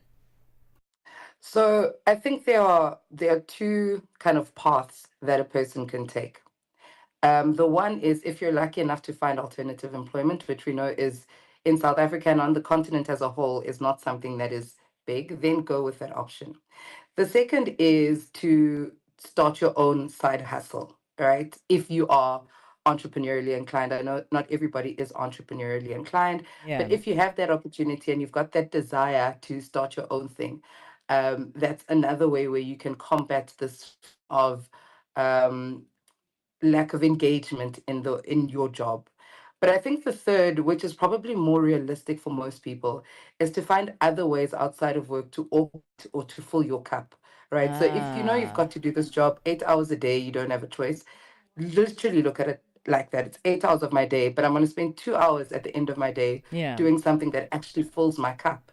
And that is the energy that you then take into the workplace to sustain you when you're Okay. not really feeling engaged. Okay, let's take a break, Tando. We'll be back with this conversation after this. Darubini ya Afrika na I am Henry Shakif. Hawa wa Afrika Kusini wenye asili ya kizungu ambao wamepewa ukimbizi huko nchini Marekani. Je, nini chanzo cha wao kuomba ukimbizi nchini Marekani? Wenyewe wajaomba ukimbizi. Kuna shirika fulani inaitwa AfriForum, shirika mbili za wazungu ambao wanatetea haki ya wazungu hapa, AfriForum na Solidarity. Hao walienda Marekani kufanya kampeni kusema kwamba wazungu wananyanyaswa hapa Afrika Kusini, na walivyofanya hiyo kampeni serikali iweze kuwafuatilia kujua nini ambacho mnasema kwamba mnanyanyaswa. Kuna namna ya wao kwamba wamepoteza uraia wa Afrika Kusini, na je, endapo Trump akamaliza muda wake madarakani, uhalali wao wa kuishi nchini Marekani ukoje? Itakuwa vigumu, kifupi itakuwa vigumu wenyewe kupoteza uraia wao. Darubini ya Afrika 11 kamili hadi 12 kamili majira ya Afrika ya Kati. Hey, you're listening to In the Cubicle. This is our feature where we try to help you navigate the workplace. And today we're speaking to our guest, Tando Ngube, who's an HR specialist on, sometimes you feel like, nah, man, I've reached the end of this part of my career. How do I move on? Maybe you're feeling stuck, demotivated, maybe exhausted. How do you explore new opportunities in that? Tando is helping us on that matter. Let's speak on the house to start, because we've really exhausted the idea of being exhausted in your workplace. But when do you start initiating that change? Because most of the time we wait for opportunities to come to us, but life doesn't work that way. I think as soon as you start feeling some of those dejection, so if waking up on Monday is the worst thing you can think about, like I said, if you feel bored, if there's absolutely nothing that excites you about your work, I think that's a good indicator that it's time to start. On the other hand, or the maybe more negative side, when you fear going to work, so let alone being bored, but to your point, Benjamin, Sure. when the relationships you have at work are starting to really affect how you show up in your private life, I think, again, that's another sign that it is time to look for something different. As I mentioned, something different might not necessarily be leaving the organization. Yeah. It might be adding things to fill your cup. It might be doing new projects. It might be things like job enrichment, where, yes, this is my role, but I'm also going to spend an hour maybe making posters or doing graphic design for the organization, so that I'm still finding things that are engaging me to stay in the organization. And moving on is a difficult initiative to make by yourself. I want us to speak about, okay, where do I start with this? Do I just start opening a LinkedIn account? Do I start speaking to my networks? Where do you start saying, I'm moving on now? And what should be that first point of action be? I think if your first point of action is only at that point, you're already late. I believe that anyone that is in a career and, wants to continue working should constantly be keeping that network warm. So things like having a LinkedIn page are almost non-negotiable for me. From the moment you graduate and you start working, I think that's one of the things you need to keep there, because sometimes opportunities will find you because you are available. Similar with your network. I think probably 2 or 3 of the jobs that I've gotten in my career have been not necessarily because I'm looking, but because I'm constantly engaging with my network, whether it's on social media like LinkedIn, or just having conversations with people about the things that I like to do, the things that I'm doing at work. I think it is very difficult if you're coming from a cold place where you've done absolutely nothing in terms of your own profile in what you do. It is definitely going to be harder. So my advice is, even you're happy, already start preparing yourself for what could possibly come. Tando, many a times in the beginning of a new job, we feel that fulfillment and we feel that excitement again. And sometimes that could just be the problem. You could just be bored and uninspired. So you say you want to move on, you find a new job, you go there, you're inspired, you're happy again. And then you find, that the same things that happened at your previous place are going to be happening again. Who's the problem? Is it you or the workplace? Exactly. That's what I'm trying to figure out. How do you know that you're actually the problem? So I think there's two things to mention. The one is corporate is corporate. It's the same stuff in a different color. And that's one of the things we need to be aware of. It doesn't matter where you go for, as long as you're working in an organization with people, there's going to be politics, there's going to be people dynamics, there's going to be a level of bureaucracy, there's going to be all of those things. Unless you start your own company, you just need to accept that no matter where I go, these are some of the things I'm going to deal with. Not taking away that some workspaces are more toxic than others, but the reality is you'll find these things everywhere. I think, however, if you are unable to stay in one place for 3 to 6 months and you're constantly, not managing to gel, then you might be the problem. Like I mentioned earlier, not all of us are built for the corporate world. Not all of us are built for that rat race. And maybe you do need to step back and ask yourself, what is it that I should be doing with my life? And is this the best way for me to go about it? Oftentimes, we as people don't give each other that feedback. But if you're lucky enough to have people that will give you feedback, actually ask, when you move on from one job to the next, ask the people that you're leaving about their experience of you, because that's the only way you'll know if the problem is you or if there's an actual issue in a workplace. Yeah, I like that you spoke something very profound earlier on. Is like, don't think about moving on when the rough time comes. You said, start searching, thinking about how you brand yourself, how you put yourself out there when you are in happy moments in the workplace. Because I think that's profound what you said, because most of the time we wait for the negatives to be pronounced in our lives before we move on. How important is that? Always engaging and reflecting on your career, even in the good and the different seasons of your life. I think it's important because it keeps you nimble. It keeps you on your feet. If you think about it as from a sports perspective, so I played netball, right? And it's very hard to pivot if you're flat-footed. But if you're constantly on your toes, it's easier when an opportunity comes or when you want to move for you to pivot, because you're on your toes, you're nimble, you're agile, and you're ready to move. So I think it is critical to constantly be, even from a skills perspective, checking what skills are hot in my environment at the moment. What skills do I need to be learning right now to make me employable in the future? If I qualified as, say, an industrial psychologist 10 years ago, what industrial psychologists are doing today is very different to what I learned in university. So just for me to remain relevant, both in my current role and to move, it's very important that you're constantly engaging with what's out there. Look at job profiles to understand, what does my next role require of me? If I'm looking to grow vertically as an into a more senior role, what are the requirements for jobs in general at that senior role, and constantly be working towards filling up your toolkit with those tools that you'll need or those skills that you'll need to move forward. All right, we'll have to wrap it up there, Tando. I think we've got a great bunch of advice, especially because, it's not always the workplace that's the problem. Sometimes it is us, and we do need to do more reflecting and leave that autopilot mode and really look at, how we fit in and what we want to be like in the future of our job. So thank you so much. It's always a pleasure to chat to you, and we appreciate your time this morning. Thank you, Palesa, and thank you, Ben. Do you have socials? I do. You can follow me at Miss T Mncube on Instagram. That is where you can engage with me. On LinkedIn, look for Tando Mncube, and that is again where you can engage with me. All right. Mncube is Mncube for those who certainly want to follow Tando right now. That's HR specialist Tando Mncube chatting to us about signs that it might be time to move on from your job that is in the cubicle. It's 10:30 Central Africa time. Let's bring back Fikile Lingwati for our latest sports news. Sports on Channel Africa. The African perspective. First up in our sports update, we begin with football news.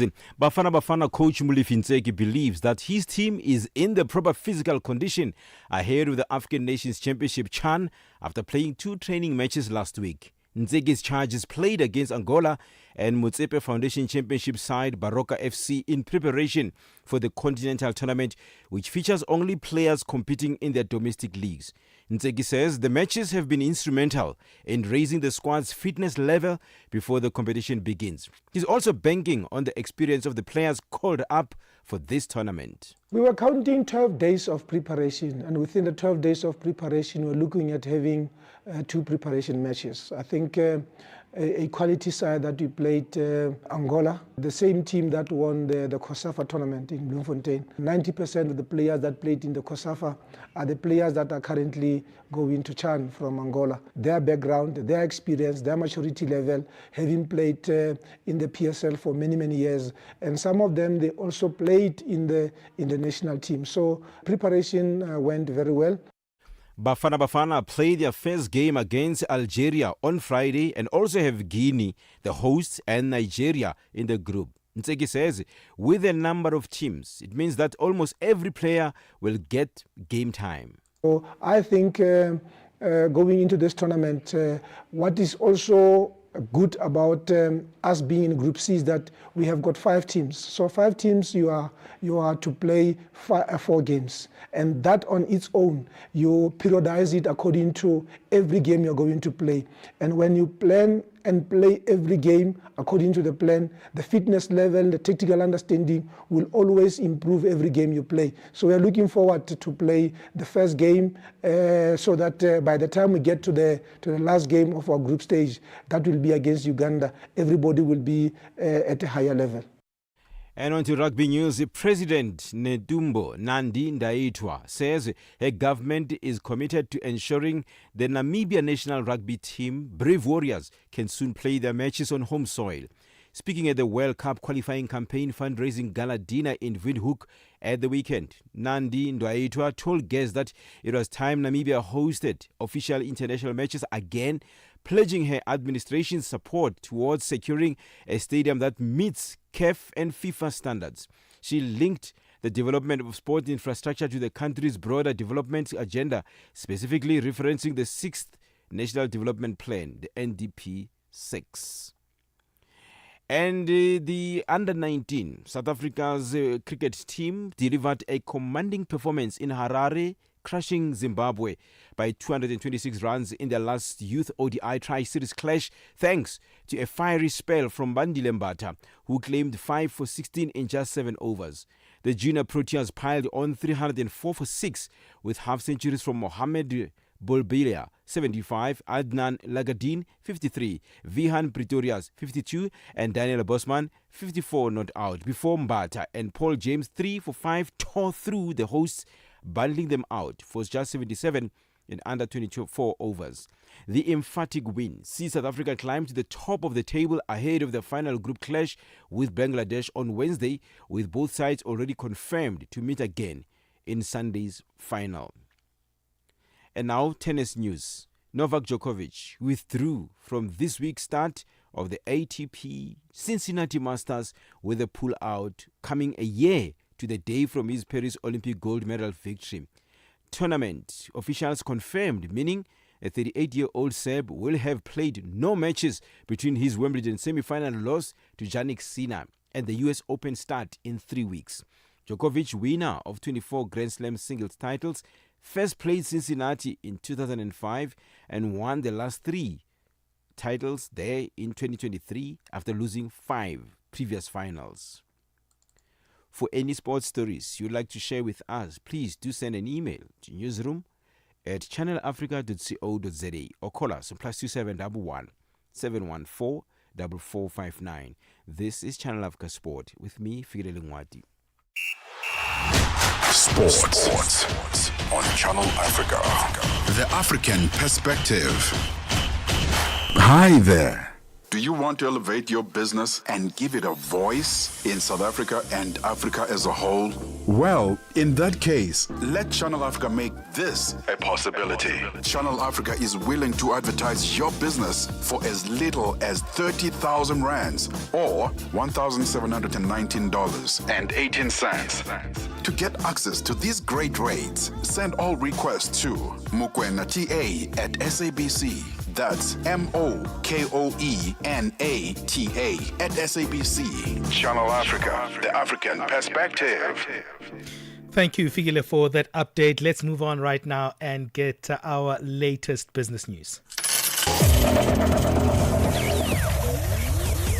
Business news on Channel Africa, the African perspective. Thanks, Benjamin, and good morning. The Maritime Business Chamber, MOSC, says that the withdrawal of direct shipping services between South Africa and the United States will have a significant impact on the sensitive sectors such as fresh fruits. This after the global shipping giant announced plans to restructure its operations, which will result in its exit from the country later this year. This will see South Africa being left with only one direct shipping line to the US. MBC chairperson Unathi Sonti says this move highlights the need for the country to develop its own shipping lines. Transshipment, it means it must go to another port, and we don't know what will be the waiting period in that port, and then it gets to the transshipment and it goes to where it's supposed to go. So there is a greater implication in that. The United States could require bonds of up to $15,000 for some tourist or business visas under a pilot program that is launching in 2 weeks. The new program comes in the context of a tightening of requirements for U.S. visa applications and efforts to crack down on visitors from countries with high overstay rates and questionable screening and vetting processes. Sharon Bryce-Pease reports that the 12-month pilot program is set to commence on the 20th of August. The notice indicates that U.S. consular officers would be given discretion to impose bonds on visitors from countries with high rates of visa overstays that could range from $5,000, $10,000 or up to $15,000, a move that would likely make it entirely unaffordable for people to travel from certain countries. The South African Municipal Workers Union has called for the implementation of policies that protect municipal workers who expose corruption. The union says that the government is not doing enough to support and protect whistleblowers in municipalities. The recent report has revealed that 148 municipal officials have been murdered since 2018 countrywide, many of whom were linked to exposing corruption. The union says the deadly trend threatens service delivery and silences accountability. SAMU General Secretary Dumisani Makakula. We are calling for establishment of secure channels. We have been working with Corruption Watch, but within the municipalities and within the sector, there is no channel where you will be able to report any form of corruption or any suspicion thereof.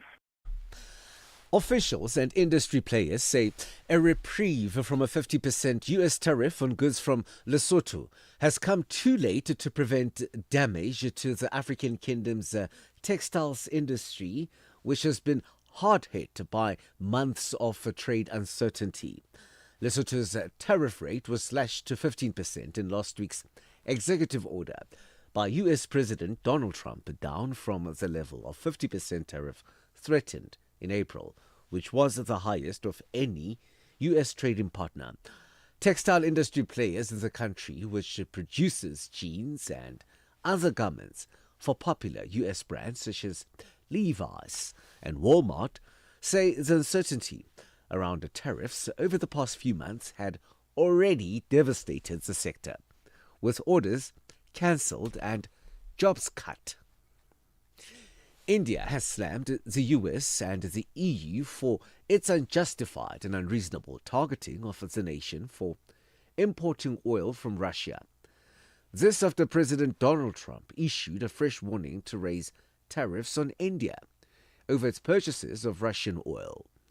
Last week, Trump said he would impose a 25% tariff on goods imported from India, and added that the world's fifth largest economy would also face an unspecified penalty, but gave no details. India says it will take all necessary measures to safeguard its national interests and economic security. $1 in Nigeria is trading at 1,521 naira. Botswana 13.38. Kenya 128 shilling 188, and Zambia 22 kwacha 69. The BRICS countries, $1 in Brazil is trading at 5.53. Russia 79 rubles 87. India 79 rupees 69. China 71.18. And in South Africa, the dollar will cost you 17 rand 98 cents. $1 is trading at 75 pence to the British pound and 86 to the euro. Gold is trading at $3,373, and platinum at $1,325 per ounce. Brent crude oil is at $61 a barrel. For any business stories you would like to share with us, please send us an email to newsroom@channelafrica.co.za or call us on +2711 714 4459. For Channel Africa Business in Johannesburg, I'm Thabiso Lohoku. Business News on Channel Africa. The African Perspective. Vue d'Afrique avec Joël Mouteba. Cette peur d'un point de non-retour nucléaire suffit-elle selon vous à légitimer une telle offensive, Monsieur Taladi? Absolument pas du tout. Cela fait plus de 30 ans que l'Israël crie haut et fort sur les toits, où il veut se faire entendre que l'Iran serait à 1 an pour obtenir l'arme nucléaire. Parfois, l'Iran serait à 6 mois. Parfois, l'Iran serait à 2 semaines pour obtenir son arme nucléaire. Et curieusement, jusqu'à ce jour, il n'y a toujours aucune preuve que l'Iran a obtenu cette arme nucléaire en dépit des déclarations d'Israël et de certaines puissances parfois. Vue d'Afrique, du lundi au vendredi de 15h à 16h, temps universel. SABC Sport brings you Chasing the Sun, a powerful 5-part documentary series about the Springboks, telling the rousing tale of their path to redemption and ultimate World Cup glory in 2019. Starting 13 July at 7:30 p.m. on SABC2, tune in every Sunday for the highs, the heartache, and the heroics that made rugby history. Stream each chapter on SABC Plus, anytime, anywhere. No subscription needed. Don't miss Chasing the Sun, this Sunday at 7:30 p.m. on SABC2. Be there when history shines. Benjamin Moshatama and Palesa on the move.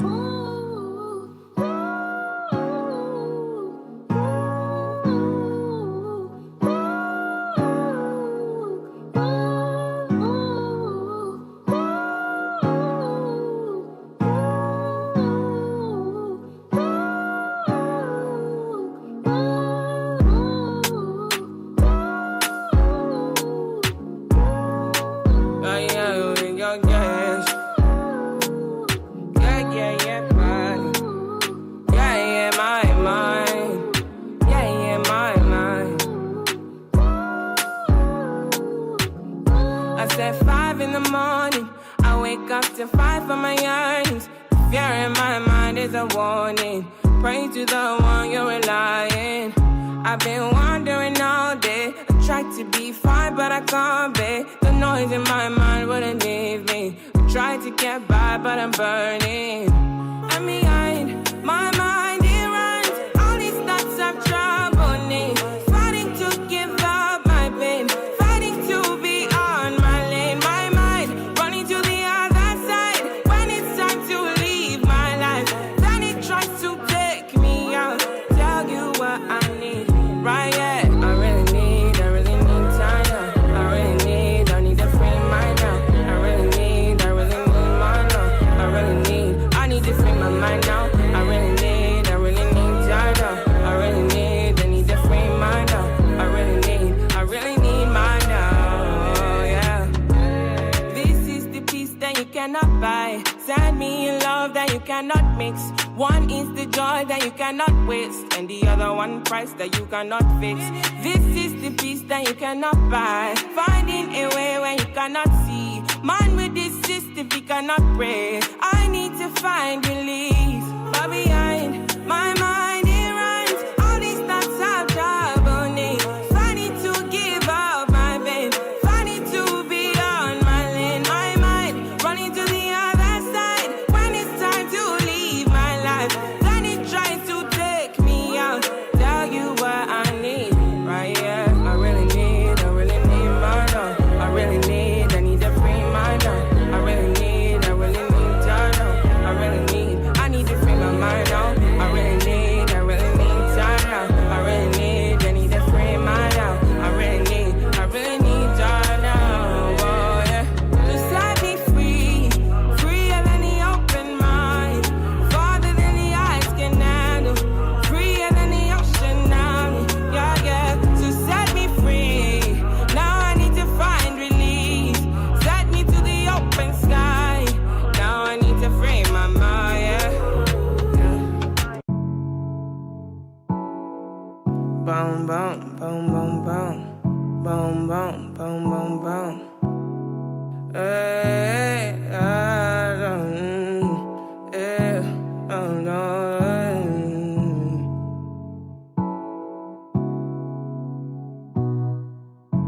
I might be falling deep. I might be falling deep. I might be falling deep. I might be falling deep. Tell me now what you need. I've been going to God when I'm only in my mind. I might be falling deep. Hey, that's the beautiful Thames, always making headlines, not just through the music, but she's always on the ground making things happen. That one is titled Free Mind. The beautiful Nigerian has actually started a mentorship program for women in music. She's got a very cool name for it, The Leading Vibe. So yeah, making things happen there. It's 47 minutes past 10 o'clock Central African time. You still listening to On The Move. This is the Channel Africa, where you're listening to us on DSTV Channel 802, OpenView 628, and on www.channelafrica.co.za. Hey, let me mention again, check out the SABC Plus. It's actually a good space to be if you want to always be with us 24/7. And yeah, man, it's a good one. Hey, let's move on to our next feature, and this is our Vintage Africa. Yeah, man. I remember I was asking Pali, like, what piercing would you ever have? No, you showed me a picture of a very huge piercing, like one of the biggest piercings I've ever seen. And you're like, Pali, you should try this. And I'm like, but Benjamin, you're taking me to level 100 and I've never even been on level 1. I do not have a single piercing on my body. My ears are not even pierced. So there's no way I'm going to do that if I don't even have like the bare minimum. And I'm sure you're asking, what is that? What is that Palesa is talking about? Well, today we're going to be looking at the African lip plate piercing. Wow. Yeah. It's big. I saw it. Ben showed me a picture of that. Pali, this one is for you. I'm like, you're taking chances. You are taking chances. Well, if you've seen some Ethiopian tribes, they usually have this big wooden plate that is embellishing their bottom lip. So their lip surrounds that particular round plate. And you'll be like, oh, that looks disgusting. What's going on there? What is that? What kind of piercing is that? And what tribe does that? So we're going to be speaking about the African lip plate, and it's usually very much associated with identity. It's how these tribes actually associate with being defined by who they are. So usually commonly known with the Mercy and the Suri tribes of Ethiopia. And it is a form of beautification. And I think most of the time we are tested with beautification with our Western view of beauty. Yes. But for this particular tribes, this is a norm. This is how you beautify yourself. This is how you actually look beautiful. And it is a beautification for both males and females. So in African tribes, males also do a lot of piercings, a lot of tattooing, face tattooing is also part of what we do here on the African continent. But the lip plates are primarily a cultural practice, not a form of mutilation. That's something also kind of to dispel, because many people say, no, this is actually an abuse of sorts. No, it's not. It's actually a culture. People love doing it. It's a personal decision to actually have your lip piercing. It's not something that you actually should be looking down on. And it's similar to also other tribes where they also have lip stretching traditions that are also found in other tribes and regions in Africa. It's not just decorative as well, but as I mentioned earlier, it's linked with cultural identity, but also the social structure in social communities that practice them. Usually it's more the elderly, maybe when you come to a coming of age as a woman or as a boy, that would be a decision that comes to you to say, you know what, I want a lip plate. So man, it's not just like us where we just wear glasses or you just tattoo yourself on your shoulder. Some cultures really embrace different types of beautification. Yeah, body modification is definitely big in many parts of the African continent, and I think it's beautiful in all its form, especially if you're trying to really learn the reasons behind those particular modifications. I mean, just think about some of the long necks of the Swati people with the rings around their neck and their legs become so long like that. Even in the Zulu culture, we'll find a lot of people with those ear modifications, like the piercing stretches. That get ear stretching as well. I think it's incredible and it's beautiful. I just wonder, I mean, how do you talk and how do you eat with that? It's just an interesting fact as we wrap this one up. When you actually go through the process of this lip modification, you have to remove the two bottom teeth. Oh goodness, it's a must. Wow.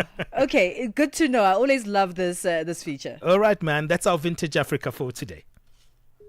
Ukatili wa kijinsia unaharibu maisha na kutenga jamii.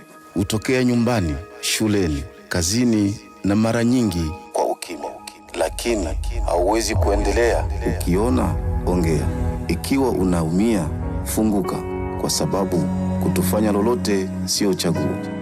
Sikiliza vituo vyote 19 vya redio kuanzia Jumatano ya tarehe 23 Julai kwenye mijadala, ushauri, tamthilia, maonyesho ya elimu na mahojiano na wataalamu, manusura, watunga sheria na nchi nzima iliyoathirika na ukatili wa kijinsia kwenye vituo vyako pendwa vya redio.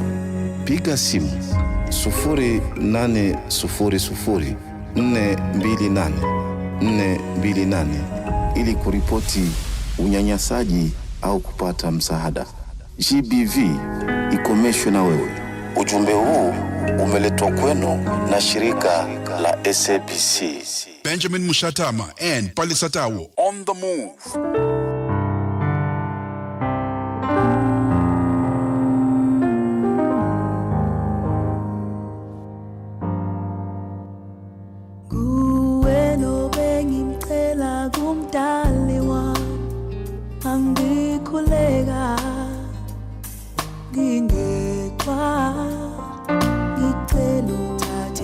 Isandla sami nginika uqobo lwakho kuze kube ngunaphakade naphakade naphakade ngifuna ukuba nawe namhlanje kuze kube ngunaphakade kuze kube ngunaphakade ngitholile ngizohlala naye ngakhe impilo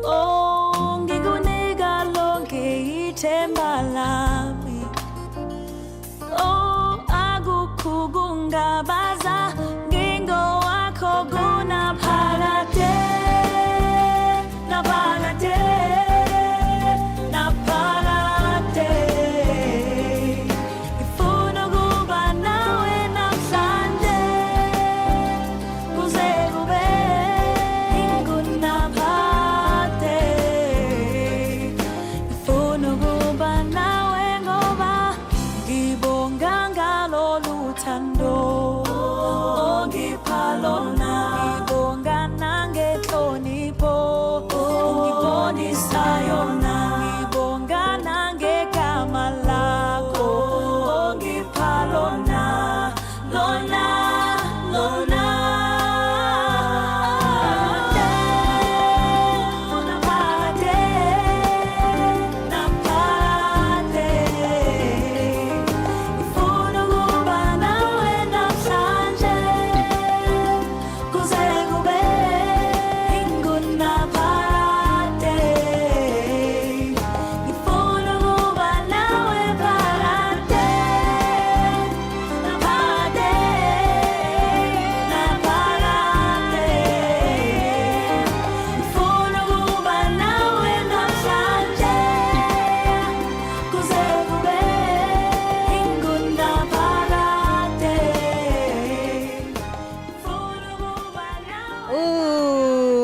Goodness. Don't pretend that you weren't singing along.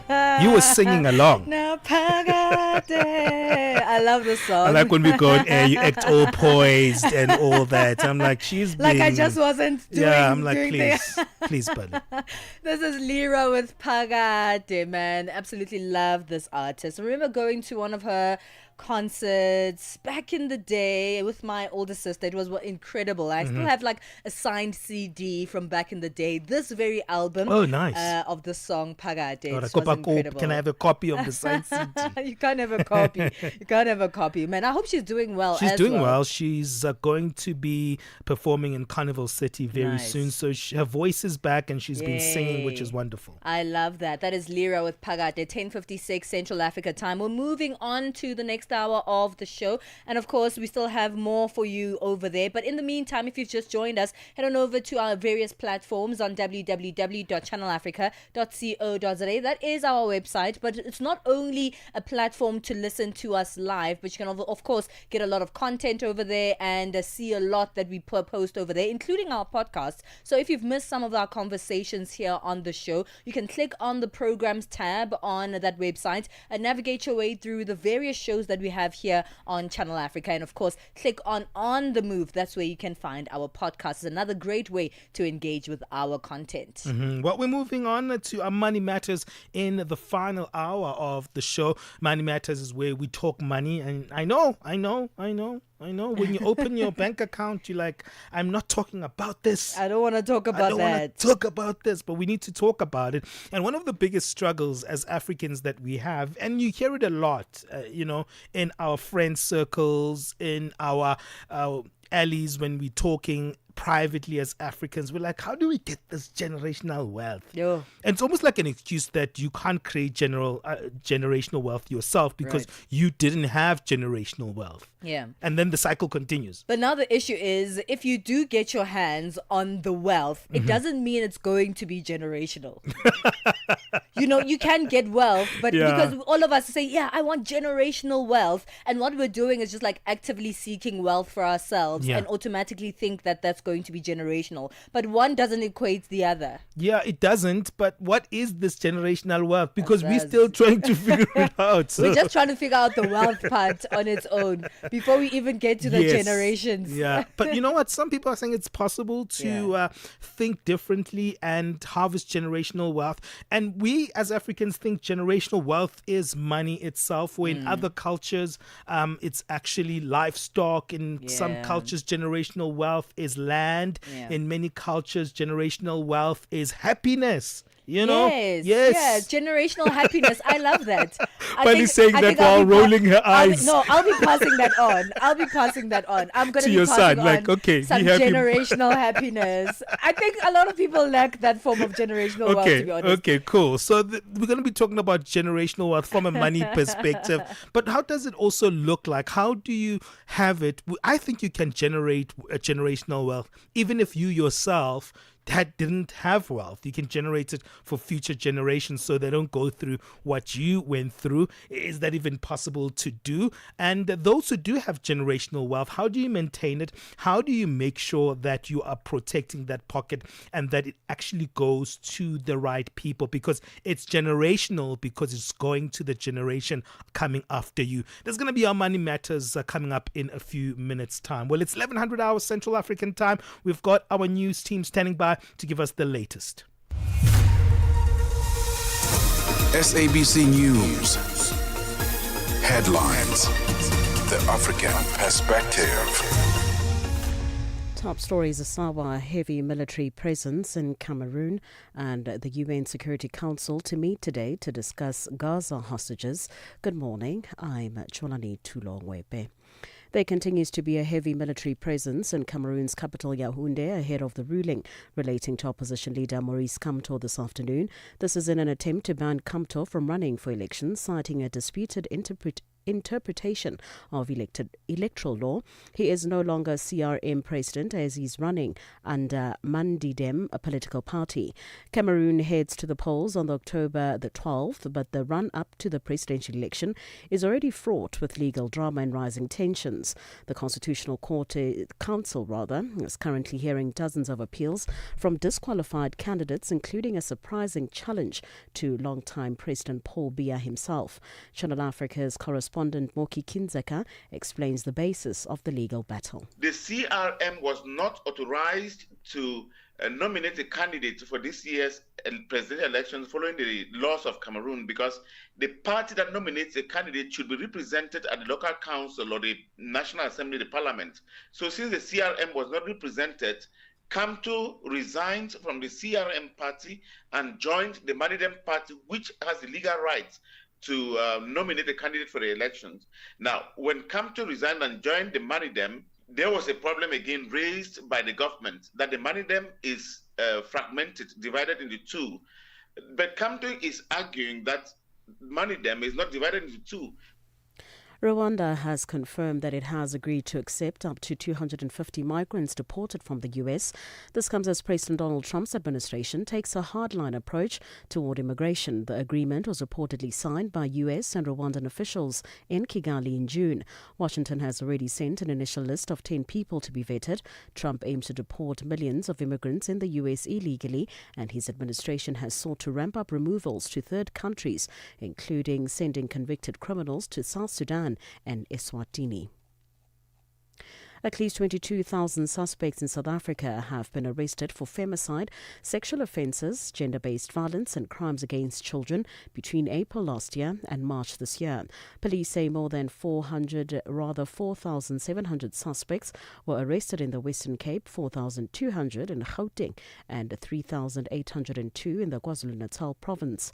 Police spokesperson Amanda van Wyk says police have also managed to secure convictions for some of the arrests. A breakdown of convictions achieved in the last financial year includes 604 offenders sentenced to life imprisonment, 350 offenders sentenced to 20 years or more, 735 offenders sentenced to 10 and 19 years, 1,391 offenders were sentenced to 1 and 9 years imprisonment.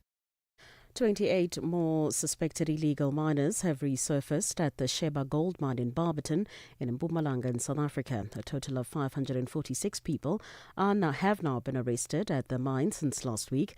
On Friday, 494 illegal miners were arrested and 24 others yesterday. Police say more arrests are expected.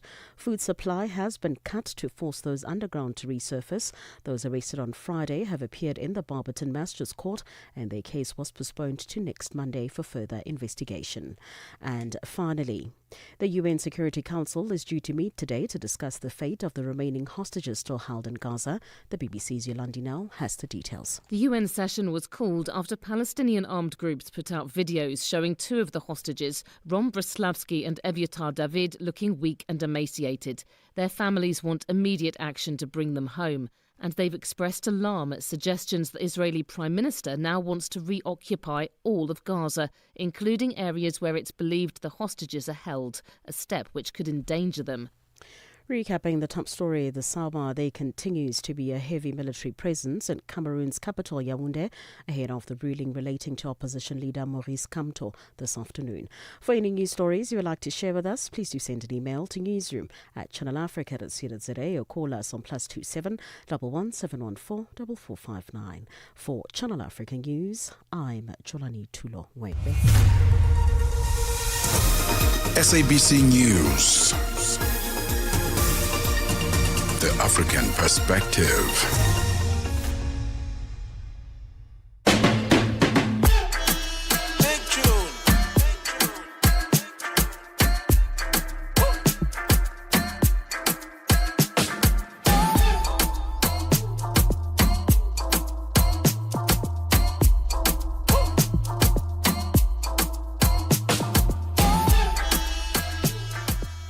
Five minutes past 11 o'clock Central African time. This is On the Move, giving you news, information, entertainment from an African perspective. That's what we do here on Channel Africa. The African perspective is what we are all about. We're not shy about that. It's what we feel affirms us here, and even how we tell the African story is based on that principle, giving it to you honestly and from the African himself or herself. Well, let's move on with conversations. We've got our Money Matters feature. And you know what? Growing up, my mother used to say, you know what? I'm actually doing the things that I do for you because I want to give you a different way of living. I want to give you opportunities that I didn't have. And that was the generational wealth that was given to me. So she would say, you're going to the school because I didn't get this education. Yeah. So I'm taking you to the school. I'm making the sacrifices that I'm making for you so you can have the life that I didn't have. And look at you now, enjoying your generational wealth, Benji. Yeah. You know, but I'm still like, hey, mama, you know what? If you deposited something, man, in that savings account, it was going to be better. So yeah, it doesn't always just look like money in your account, sure. right? Various parents are trying their best to just make sure that you get more than they had. And I think this generation is also trying to do the same. But we are focused. We want money. We want to see rands and cents and dollars and nairas. Give me in pounds those bank any accounts. day, baby.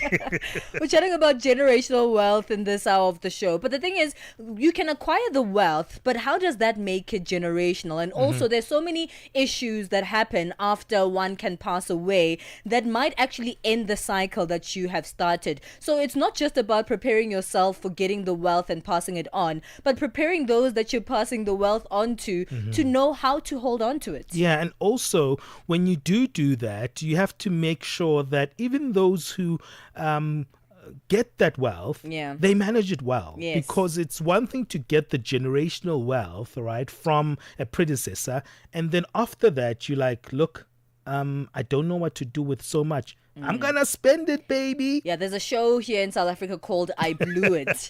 And this show just like documents documents the life of people who've received like a large sums of money and what they've done with it, and how they ended up like blowing all the money. And many of those stories on that show I Blew It show people who have received like wealth from their parents or assets from their parents that passed on, and all of a sudden they've spent everything and they have nothing left. +2763 406 91260. Do you think it's a reality for us as Africans to actually get generational wealth, build generational wealth? That's what's coming up. Remember, we want to hear your voice, and you can give us your opinion there. +2763 406 9126. Africa, voici Abedi. Oui, c'est moi. Abedi est un passionné de musique dans l'âme. Il a un goût pour toutes sortes de musique et passe ses journées à écouter Channel Africa. J'aime beaucoup la musique africaine. Ok. Devinez quoi? Channel Africa veut aider Abedi et les mélomanes du monde entier à découvrir encore plus de musique incroyable. C'est pourquoi Channel Africa appelle les artistes africains à soumettre leur musique. Chers artistes, n'oubliez pas de nous fournir toutes vos informations pertinentes à l'email adresse musique@channelafrica.co.za. Les soumissions sont votre chance d'être entendues, mais elles ne garantissent pas une playlist. Toutes les soumissions seront soigneusement examinées pour voir si elles répondent aux exigences de notre station. Channel Africa, la perspective africaine. Stella Longwe pamalonje palitu sokoma pano pamalonje kumvera nyimbo za mu Africa kusangalala kupeza moyo akuti kumva moyo kuti kuyenda bwino pano pamalonje ndiyetu apa tili ndi katswiri oyimba ameneyu ndi katswiri wa dziko la Malawi amene akukhala mdziko la South Africa ndipo amayimba amene akuti ndi Big Nick Malawi yatuzati kuti kodi moyo wanu woyimba ukuyenda bwanji mu Johannesburg?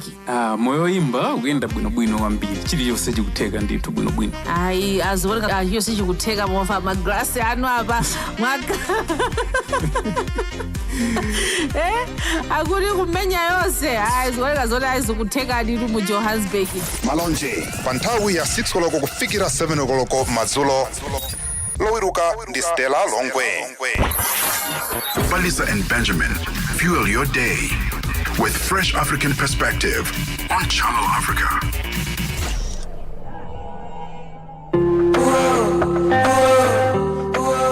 DJ Spinall. I'm on my way to you. The time is on the loose. I will always fight for truth. If I had the chance to choose, yeah we go. Like every other spy, my weakness is love. I don't do it for the medals, 'cause no man without us. P stands for the people. So I be on my way whenever you think you need to. 1, 2, 3. I'll be.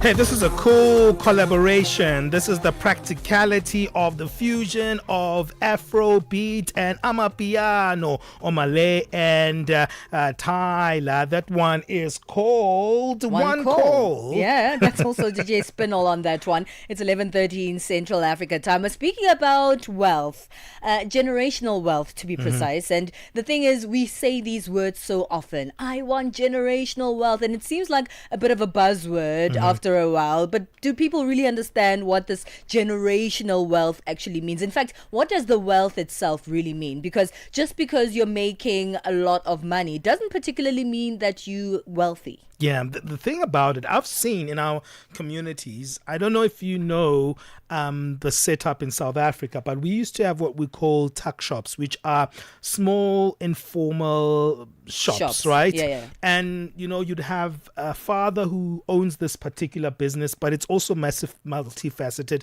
They'll own also taxis. They'll just be business people, right? Yeah. And you get this one old man who's owning all these wonderful businesses around the township.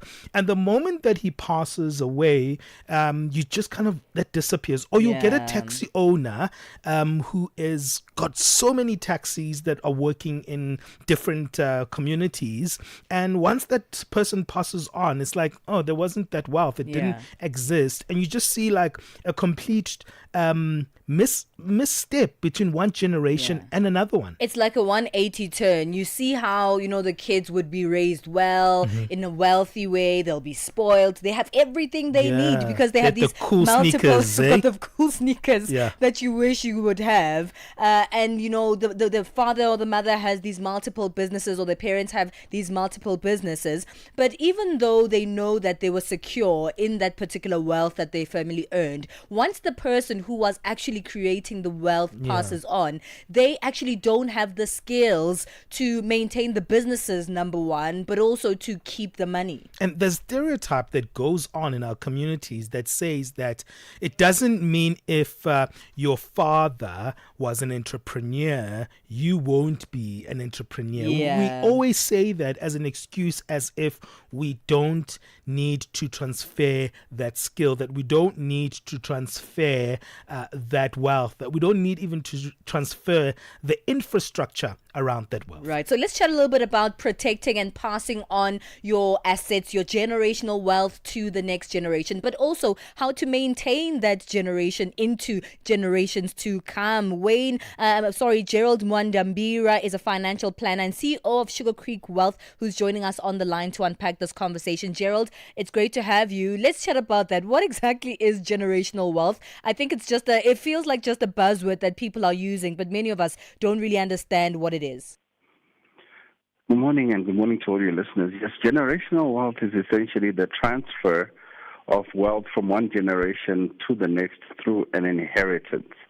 So when people normally talk of receiving an inheritance, essentially you're receiving a generational wealth transfer from the previous generation. And there's various ways of achieving an inheritance in order to receive what they call a legacy from the legatee. There are a lot of Latin words when it comes to generational wealth transfer, but essentially it's receiving something from your forefathers, something of value, and passing it on to the next generation. For most of us Black Africans, we're probably in our first, or if we're lucky, second generational wealth transfer, because these are fairly new concepts in terms of us participating in a Western economy. But within the African wealth system, we know about generational wealth transfer. It's your father's cows. When your father passes on, the cows go to the children and what you inherited before in the village. Yeah, it's that process of transfer that at times we get wrong. And Gerald, that becomes one of the tests to make sure that the transfer happens in a well-managed way, that the transfer happens in a way that also honors why it was transferred.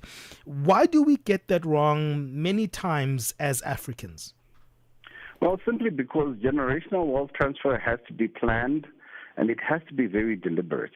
Because no matter where you are in any country in the world, at the point of death, you suddenly owe taxes, and there's a whole lot of expenses and liabilities which happen when you die. And if you hadn't actually thought about it, what am I going to do about these things when I die? That's the first thing that's going to erode whatever you had or were planning to transfer. So we get it wrong because we don't plan it. In business, they call it succession planning. In terms of our families, we also do need that succession plan through a will, through financial planning. If I die now, who's going to pay the taxes? Who's going to pay my debts? Because you don't actually plan the day you die. So it could be an accident. So you need to be prepared to try and preserve as much of what you have built up in terms of assets if you want them passed down to your children. Another thing is some people simply don't think that they want to pass things down. Some people have a wealth strategy of, you know what, I gave you life, I gave you education, take your own chances in life. Yeah, it sounds like my father there. I gave you life, I gave you education, I gave you a fair chance. So it's a deliberate process of creating wealth. And there's two ways of looking at it. There's passive wealth transfer, or generational wealth transfer that's passive, where you receive wealth and the money is working for itself. You don't need to know how it's made. Just know you're going to receive your check at the end of the month. And that's often through trusts and other vehicles which allow you to enjoy this generational wealth without actually doing anything. You enjoy what they call a usufruct, the use of assets without actually even understanding how they came to be. And then there's active wealth transfer or generational wealth that's active. And that's the one you were talking about where, a family runs a business and the sons have to start running the business and the grandchildren, and often it fails. And that's active wealth transfer because there, the people who are receiving the inheritance need to be prepared well in advance for what's coming. And that's where a lot of wealth is gone. Where you haven't planned in terms of preparing your children for active generational wealth transfer, it's all gone by the third generation. Oh. Where you have planned it and you have prepared it, or it's passive, it can become perpetual wealth, where we're still talking of the wealth of people who died generations ago, but the wealth simply never dies. All right, Gerald, let's take a short break. I think we've laid a great foundation for this conversation. We'll come back after this and continue chatting about generational wealth. Do you think you'll have it? Let's find out. At Channel Africa 1, let us know. Mix Vibration sur Channel Africa. C'est notre invitée du jour, la belle Aïna Mwenze. Elle est là, certaines l'appellent Boss Lady. Bonjour Monsieur Jolino. Parlez-nous un tout petit peu de vous. Je m'appelle Boss Lady Aïna. Je mets l'accent sur le nom de Boss Lady parce que je mérite cela après le travail fait. Et c'est une rémunération en titre de la personne que je suis devenue aujourd'hui. Épouse et une mère de 4 garçons. Et voilà ce que je peux dire pour l'instant. Et vous vous êtes lancé dans le business. Comment c'est venu? En tant que mère et se retrouvant dans les pays étrangers, particulièrement en Afrique du Sud, je me disais que laisser les enfants sur la charge des travailleurs ou d'une bonne, ça serait pas très intéressant. Je me suis dit, bon, je dois essayer de m'organiser et trouver un emploi que je peux faire. Mix Vibration, tous les dimanches de 18h à 19h, temps universel. Step into the heart of the day on the move with Palesa and Benjamin. We're chatting about generational wealth here on The Move. This is Money Matters, and we're going into our personal finances. Just because you have the money or the assets, it doesn't mean it will be generational. And we're finding out exactly how to make sure that that wealth is generational and it is maintained that way. We're still chatting to Gerald Mwandiambira, who's a financial planner and CEO of Sugar Creek Wealth. You spoke something that's very important, Gerald, that it needs to be intentional and it needs to be deliberate if you're going to be creating generational wealth, because a lot of people want to call it generational wealth, and then they say and essentially they're just creating wealth for themselves, because once you pass on, you don't actually have a say in how the next generation treats the assets that you've left for them. Gerald, are you there? Yes, I'm here. Let's chat a little bit about that. How are you going to make sure? I mean, you're gone. You are, unfortunately, unalived. You are passed on. And you can't really make sure that that generational wealth, that next generation, treats your assets and your money and your businesses like you intended. You have to start talking to the next generation from when they're young. They need to be aware that this is your intention. So from childhood, your children know that you're working at creating an inheritance for them and their children. And then they grow up doing the same thing, and it becomes a family system. If your inheritance or generational wealth strategy is simply to leave money, they will receive it like a lump sum, like a lotto win, and it will simply be a windfall. But it won't really be generational wealth transfer. It's more like a windfall where you just gave them a winning, because they were not prepared. Whereas if you speak to your children and they're aware that there's a method in the madness, I've created a trust. This trust is a family trust.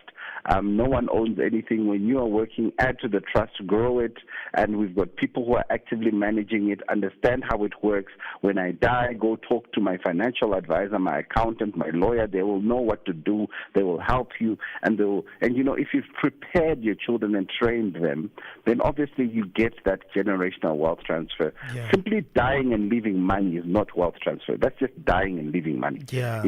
Generational wealth transfer is where when you die, your children are very aware that you had a plan, and they take up the baton and they run with it, because it has to be run with by someone. So again, it's intentional, so the choice is needed, and then it's intentional, the children are made aware, and they're trained on how to manage whatever you're leaving, whether it's passive management in terms of know who the asset managers are, know who the accountant is, know who to call when things need to be paid. Where it's passive, they don't need to know how to do it, but they know who they're the boss of. Yeah, that's so or true. if it's active, where you train them, like, son, this is how the business is done. We order our things from this shop and we take them here, and this is how much it costs, so that they know exactly that if you're not there, they can be in your stead. You find in certain religions, like the Islam and Judaism, generational wealth transfer is very much ingrained as part of their religion. Therefore, it's very easy for them to walk that talk of doing generational wealth transfer, because it's what they believe in terms of who they are as a religion. Although it's then Christianity in terms of you shall leave an inheritance for your children's children, it doesn't actually happen, because very few practicing Christians are actually preparing for death and after death to say, look, how are we going to ensure that our legacy remains? And it's a choice. And I think more Africans are starting to look at it. It's very difficult now because of globalization, where you can wake up, catch a plane, and be in another country and leave all your generational wealth behind. And we've seen that. A lot of times African children are left with a bit of wealth, and they are like the prodigal son. They take it and they go and spend it in a far-off land. Gerald, that's only such to an return interesting after living thing. with pigs. What you're saying there is very profound, because it comes back to this idea of the fact that we've almost inherited this idea that as Africans we are poor, because we haven't really seen the fact that we are wealthy, and that wealth means something completely different to us in our context here than it does to the Western world.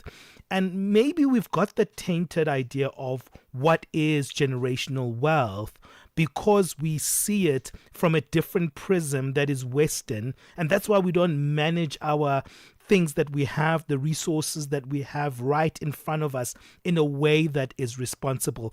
How much is perception an important thing when thinking about generational wealth? I think perception is very important. I think, it's not an excuse for us to say we're now in the Western economic system, we're poor, we're Africans. No, I know a lot of Africans who are working in the Western system, and they're using the African value of wealth transfer, which is cattle. I know a lot of people who work in the big city and have serious herds of cattle or goats or livestock in their village. So you can create generational wealth transfer even using our measure, which would be livestock and animals and land. So, we don't have to go and buy stocks, shares and bonds and cryptocurrency and things we don't necessarily understand. But you understand that a bull with a cow is going to make a calf, and next year it's going to happen again. And if you keep increasing that, your herd increases. So I think it's about perception, and also about just simply understanding that we don't have to fully embrace the Western system. We can still Africanize it in terms of understanding that, the African value system was a commonwealth. So as brothers, you grow a herd of cattle together. Each of us buys a cow every year. It will grow, and we know we're keeping it at the village. And let's all maintain a hut or a house in the village where we are still maintaining our family crawl, where on holidays we can go and sleep there. Certain cultures in Africa have managed to almost create a hybrid wealth system where they collect money from the Western system but plant it very firmly using our African values. And I think that's how most Africans should look at it. Otherwise, if you try and embrace the Western system, we'll always get caught up because you forget to hire a financial planning professional, or you don't have the right accountant, or you have a lawyer who's not going to do exactly what you wanted, or you simply don't understand fully how a trust works. You don't have to. Buy cattle, buy goats, use the money you're earning from your job. Well, Gerald, I think it's a great place to leave it there because, just understanding the various ways in which you can transfer that generational wealth and teaching the next generation, which is very important, teaching them how to actually hold on to that generational wealth and continue making it generational. But that hybrid Western and African system, I think, is one that many of us should be taking into account. Before we leave, Gerald, where can we find you on social media, on your website to find out more? My website is askgerald.co.za or askgerald.co.za. On social media, it's at askgeraldcfp, at askgeraldcfp. Indeed, we're Africans and we are on the richest continent in the world. We have no excuses for not creating generational wealth, but we need to go back to basics, back to the land, back to the livestock, and create our wealth. Thank you so much. That's Gerald Mwandiambira, financial planner and CEO of Sugar Creek Wealth, chatting to us about generational wealth. This is our Money Matters feature where we speak all things personal finance. It's 11:30 Central Africa time. Once again, bringing back Fikile Ngwati for our latest sports news. Sports on Channel Africa. The African perspective.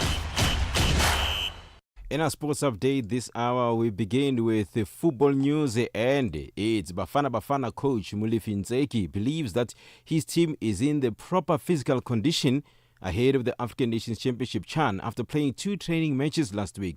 Ntseki's charges played against Angola and Motsepe Foundation Championship side Baroka FC in preparation for the Continental Tournament, which features only players competing in their domestic leagues. Ntseki says the matches have been instrumental in raising the squad's fitness levels before the competition begins.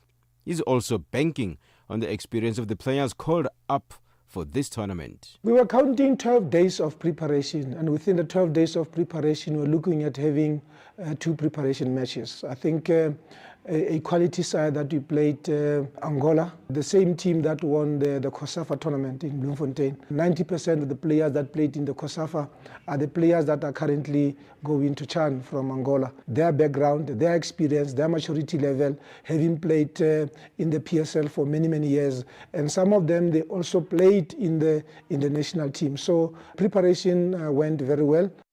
Bafana play their first game against Algeria on Friday and also have Guinea, the hosts, and Nigeria in the group. Ntseki says with the number of teams, it means that almost every player will get game time. So I think going into this tournament, what is also good about us being in Group C is that we have got 5 teams. So 5 teams, you are to play 4 games, and that on its own, you periodize it according to every game you're going to play. And when you plan and play every game according to the plan, the fitness level, the tactical understanding will always improve every game you play. So we're looking forward to play the first game so that by the time we get to the last game of our group stage, that will be against Uganda, everybody will be at a higher level. Some more football news. Kenya Public Service, Human Capital and Special Programs Cabinet Secretary Jeffrey Ruku has called on all public servants across the country to wear Harambee Stars jerseys throughout the month of August. This is a show of national pride and solidarity with Kenya's football team participating in the 2025 African Nations Championship.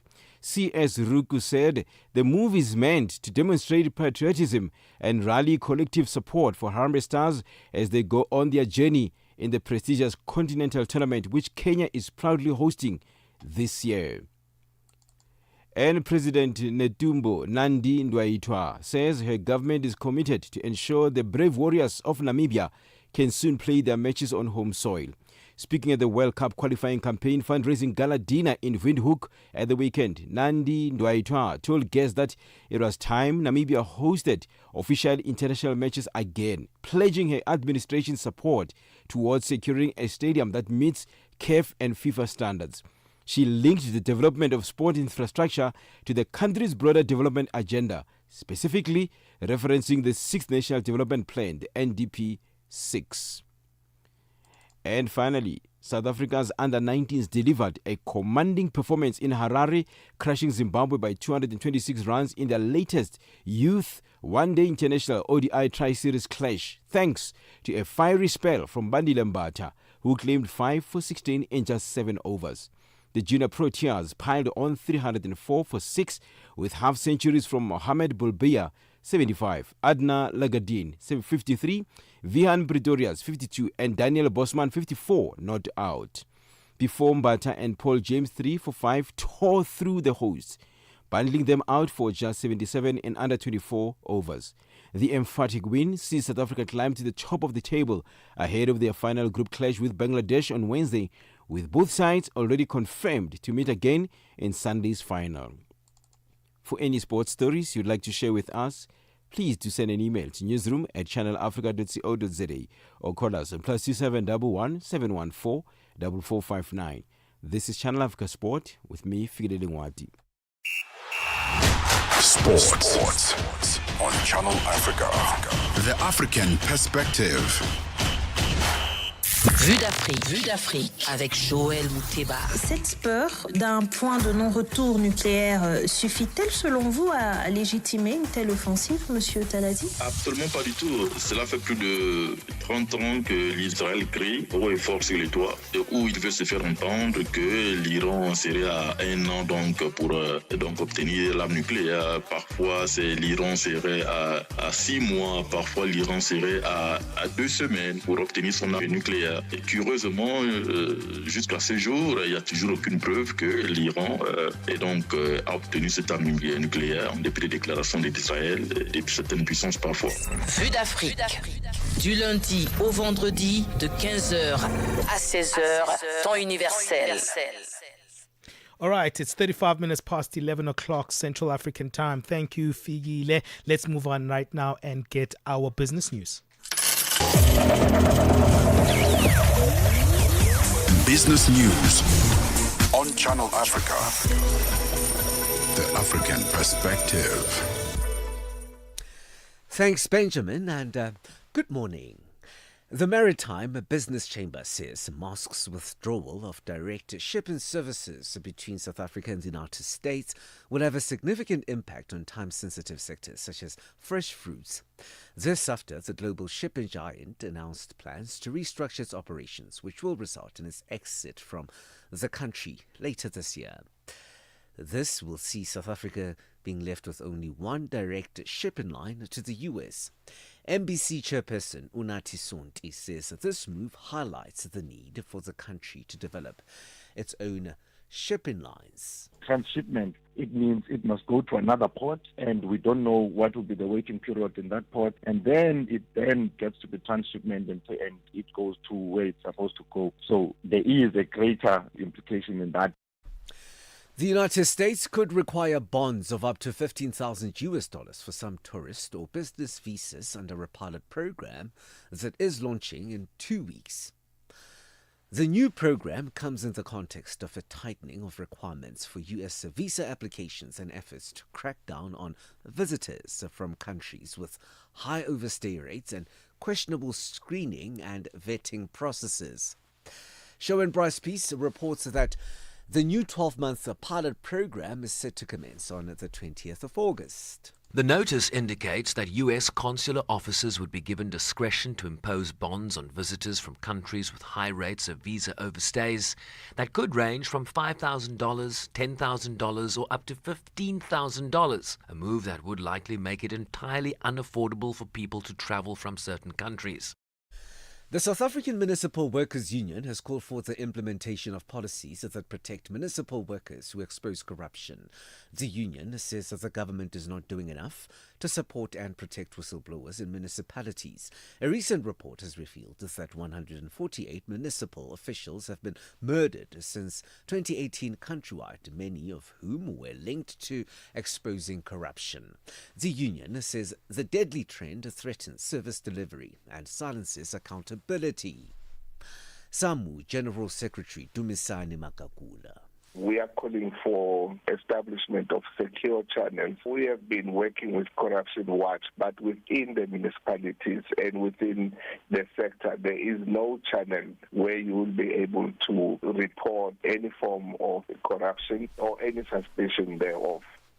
Officials and industry players say a reprieve from a 50% US tariff on goods from Lesotho has come too late to prevent damage to the African kingdom's textiles industry, which has been hit hard by months of trade uncertainty. Lesotho's tariff rate was slashed to 15% in last week's executive order by US President Donald Trump, down from the level of 50% tariff threatened in April, which was the highest of any US trading partner. Textile industry players in the country, which produces jeans and other garments for popular US brands such as Levi's and Walmart, say the uncertainty around tariffs over the past few months had already devastated the sector, with orders cancelled and jobs cut. India has slammed the US and the EU for its unjustified and unreasonable targeting of the nation for importing oil from Russia. This after President Donald Trump issued a fresh warning to raise the tariffs on India over its purchases of Russian oil. Last week, Trump said he would impose a 25% tariff on goods imported from India and added that the world's fifth largest economy would also face an unspecified penalty but gave no details. India says it will take all necessary measures to safeguard its national interests and economic security. Financial indicators at this hour: $1 in Nigeria is trading at 1,521 naira. In Egypt, or rather, in Botswana, 13.38. Kenya, 128 shilling 188. And Zambia, 22 kwacha 69. The BRICS countries in Brazil, the dollar will cost you 5 ruble 53. Russia, 79 rubles 87. India, 79 rupees 69. China, 71 18. And in South Africa, the dollar will cost you 17 rand 98 cents. 75 pence, a British pound, 86 euro. Gold is trading at $3,373 and platinum, $1,325 per ounce. Brent crude oil is at $68.61 a barrel. For any business stories you would like to share with us, please send us an email to newsroom@channelafrica.co.za or call us on +2711 714 4459. For Channel Africa Business in Johannesburg, I'm Tabisolo Hoko. Business news on Channel Africa. The African perspective. Africa in business on Channel Africa. The president of the Arab Bank for Economic Development in Africa, Badea, Dr. Sidi Ould Tah, he is vying for the presidency of the African Development Bank, the AFDB. He positions himself as a fervent defender of economic integration and structural transformation on the African continent. Well, I do believe that I have a 360 view of the development challenges in the continent with my experience from both the supply side and the demand side. But more importantly, my vision is to bring on board all the stakeholders and to have a holistic approach for the development of the continent and to develop partnership across the continent and outside the continent, bringing all the stakeholders together to work for one goal is to make Africa great for life and livelihood of the African population. Bringing the African markets into your home. Channel Africa. The African perspective. Benjamin Moshatama and Palesa on the move.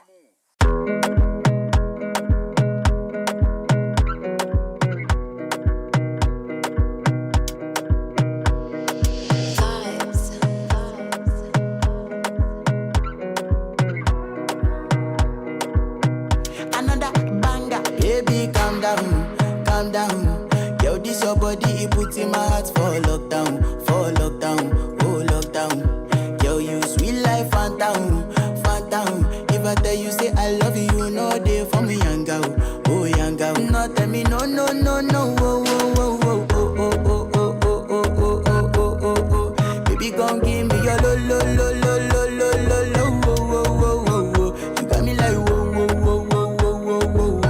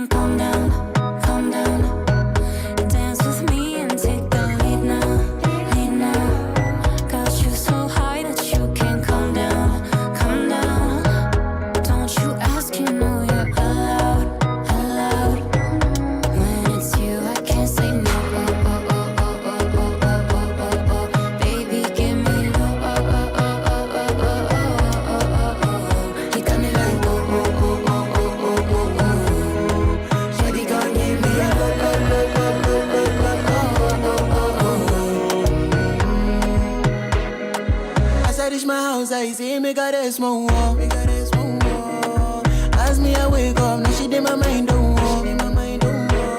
Day one, day two, one of you folk go us. Now so me I go down, say make we link go walk. Got my hand on your heart now, I can feel it race. If I leave, then you say you can never love again. Wanna give you it all, but can't promise that I'll stay. And that's a risk you take. Baby, calm down, calm down. Yo, this your body, it puts in my heart for lockdown, oh lockdown. Yo, you sweet life, phantom, phantom. If I tell you say I love you, you know they for me, young girl, oh young girl. No, tell me no, no, no, no, oh, oh, oh, oh, oh, oh, oh, oh, oh, oh, oh, oh, oh. Baby, come give me your lo, lo, lo, lo, lo, lo, lo, lo, oh, oh, oh, oh, oh. You got me like whoa, whoa, whoa, whoa, whoa, whoa, whoa, whoa. Shawty, come give me your lo, lo, lo, lo, lo, lo, lo, lo, oh, oh, oh, oh, oh.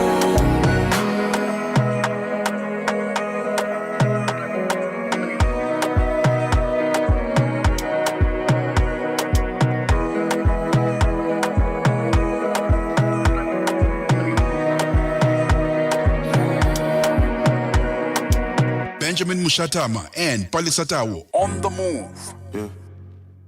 Life is sweet when the sun up, like the trees in the summer. When the seas are troubled, and then we all need someone. My life, no be smart enough. We all strive, to live life in that comfort. So forgive me if I fumble, 'cause I'm only human. Somebody move that I don't know. Hit them with a 7-box combo. Always looking out my window, paranoid and confused. I'm not sure anymore who is knocking at my door. And so as the day comes, as I go on, protect me, Lord, I cannot trust my neighbors. Be my savior when that day comes. Defend me from my enemies and my neighbors.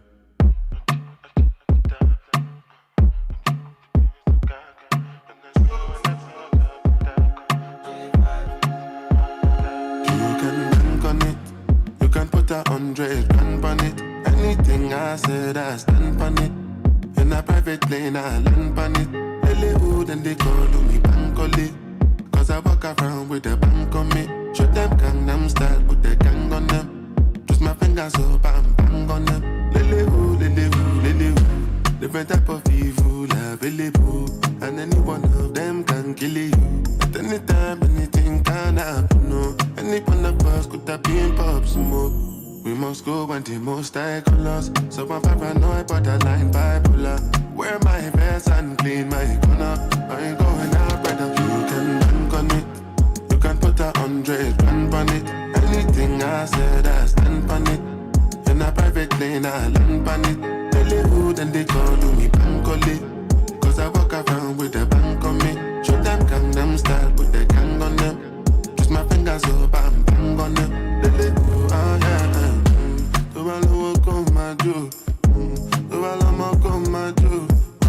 Nobody know tomorrow. Choro ka choro. And if a boy feel macho, make him live red like a tomato. If him not dead, then him comatose. Oh, go for follow. As the day comes, as I go on, I know what over me, oh Lord. I cannot trust my neighbor. As the day comes, as I go on, I know what over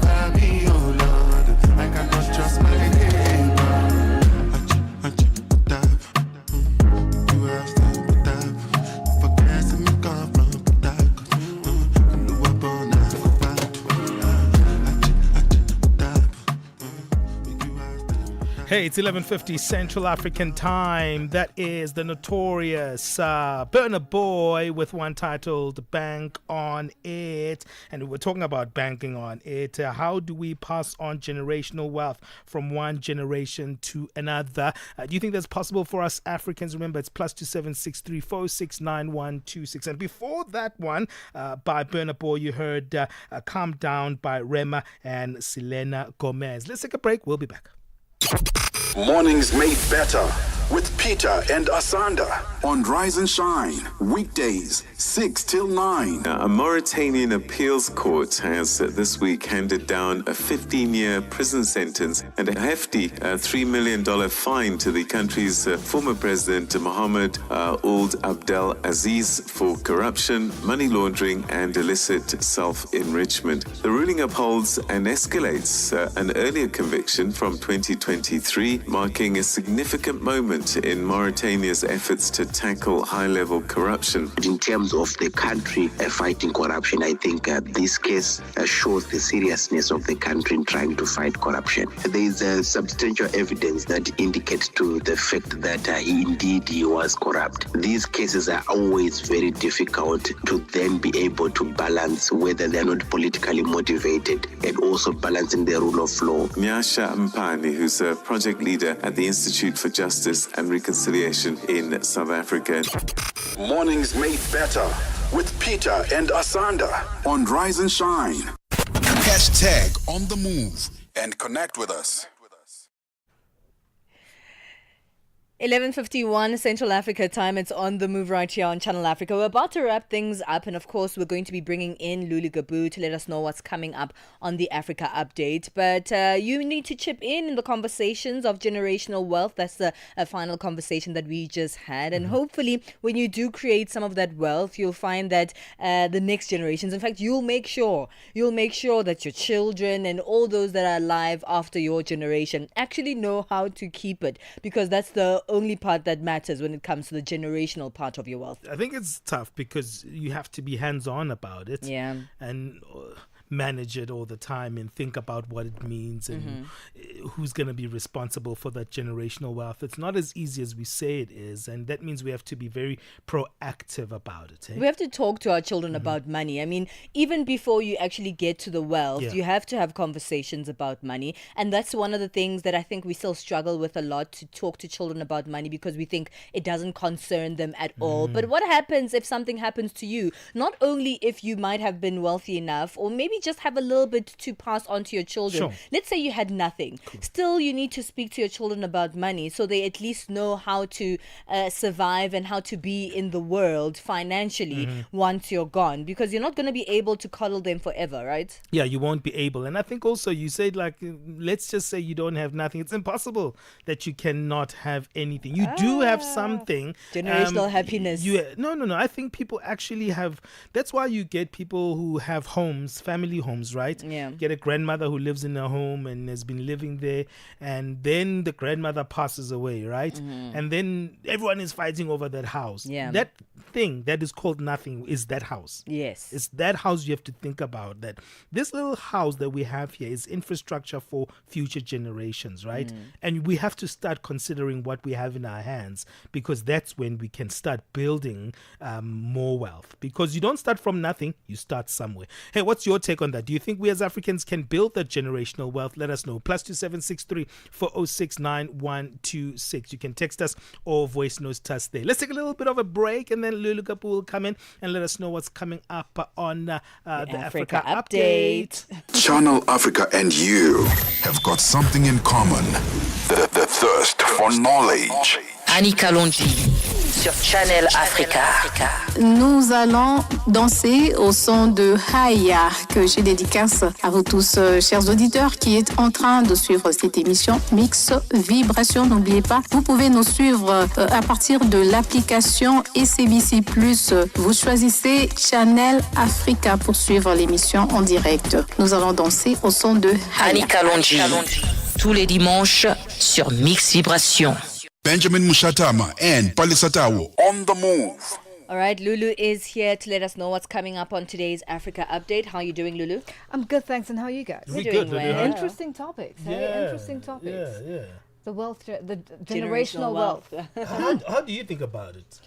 You know what? It's long overdue that black people started talking about it, because the white people, you know, have been doing it for years. And we think we don't have anything, but it's the small things that we have that we don't really manage well. Exactly. Yeah? That's why there are programs like people fighting for a 4-roomed house. Yes. This is exactly it. So it's and people need to start looking at the wills and how important these are, especially and speaking to children, teaching children from an early age that if you have 10 rand, use 5 rand and save the rest. Yeah, absolutely. You know? So yeah, I think that's where it is, and I think we need to change the thinking mindset of all Africa as a whole. Yeah, because I think that's where the challenge is. Absolutely. Yeah. What can we expect All on right, the show? so today we are going to be focusing on a number of big stories, and once again, Rwanda has agreed to accept up to 250 migrants deported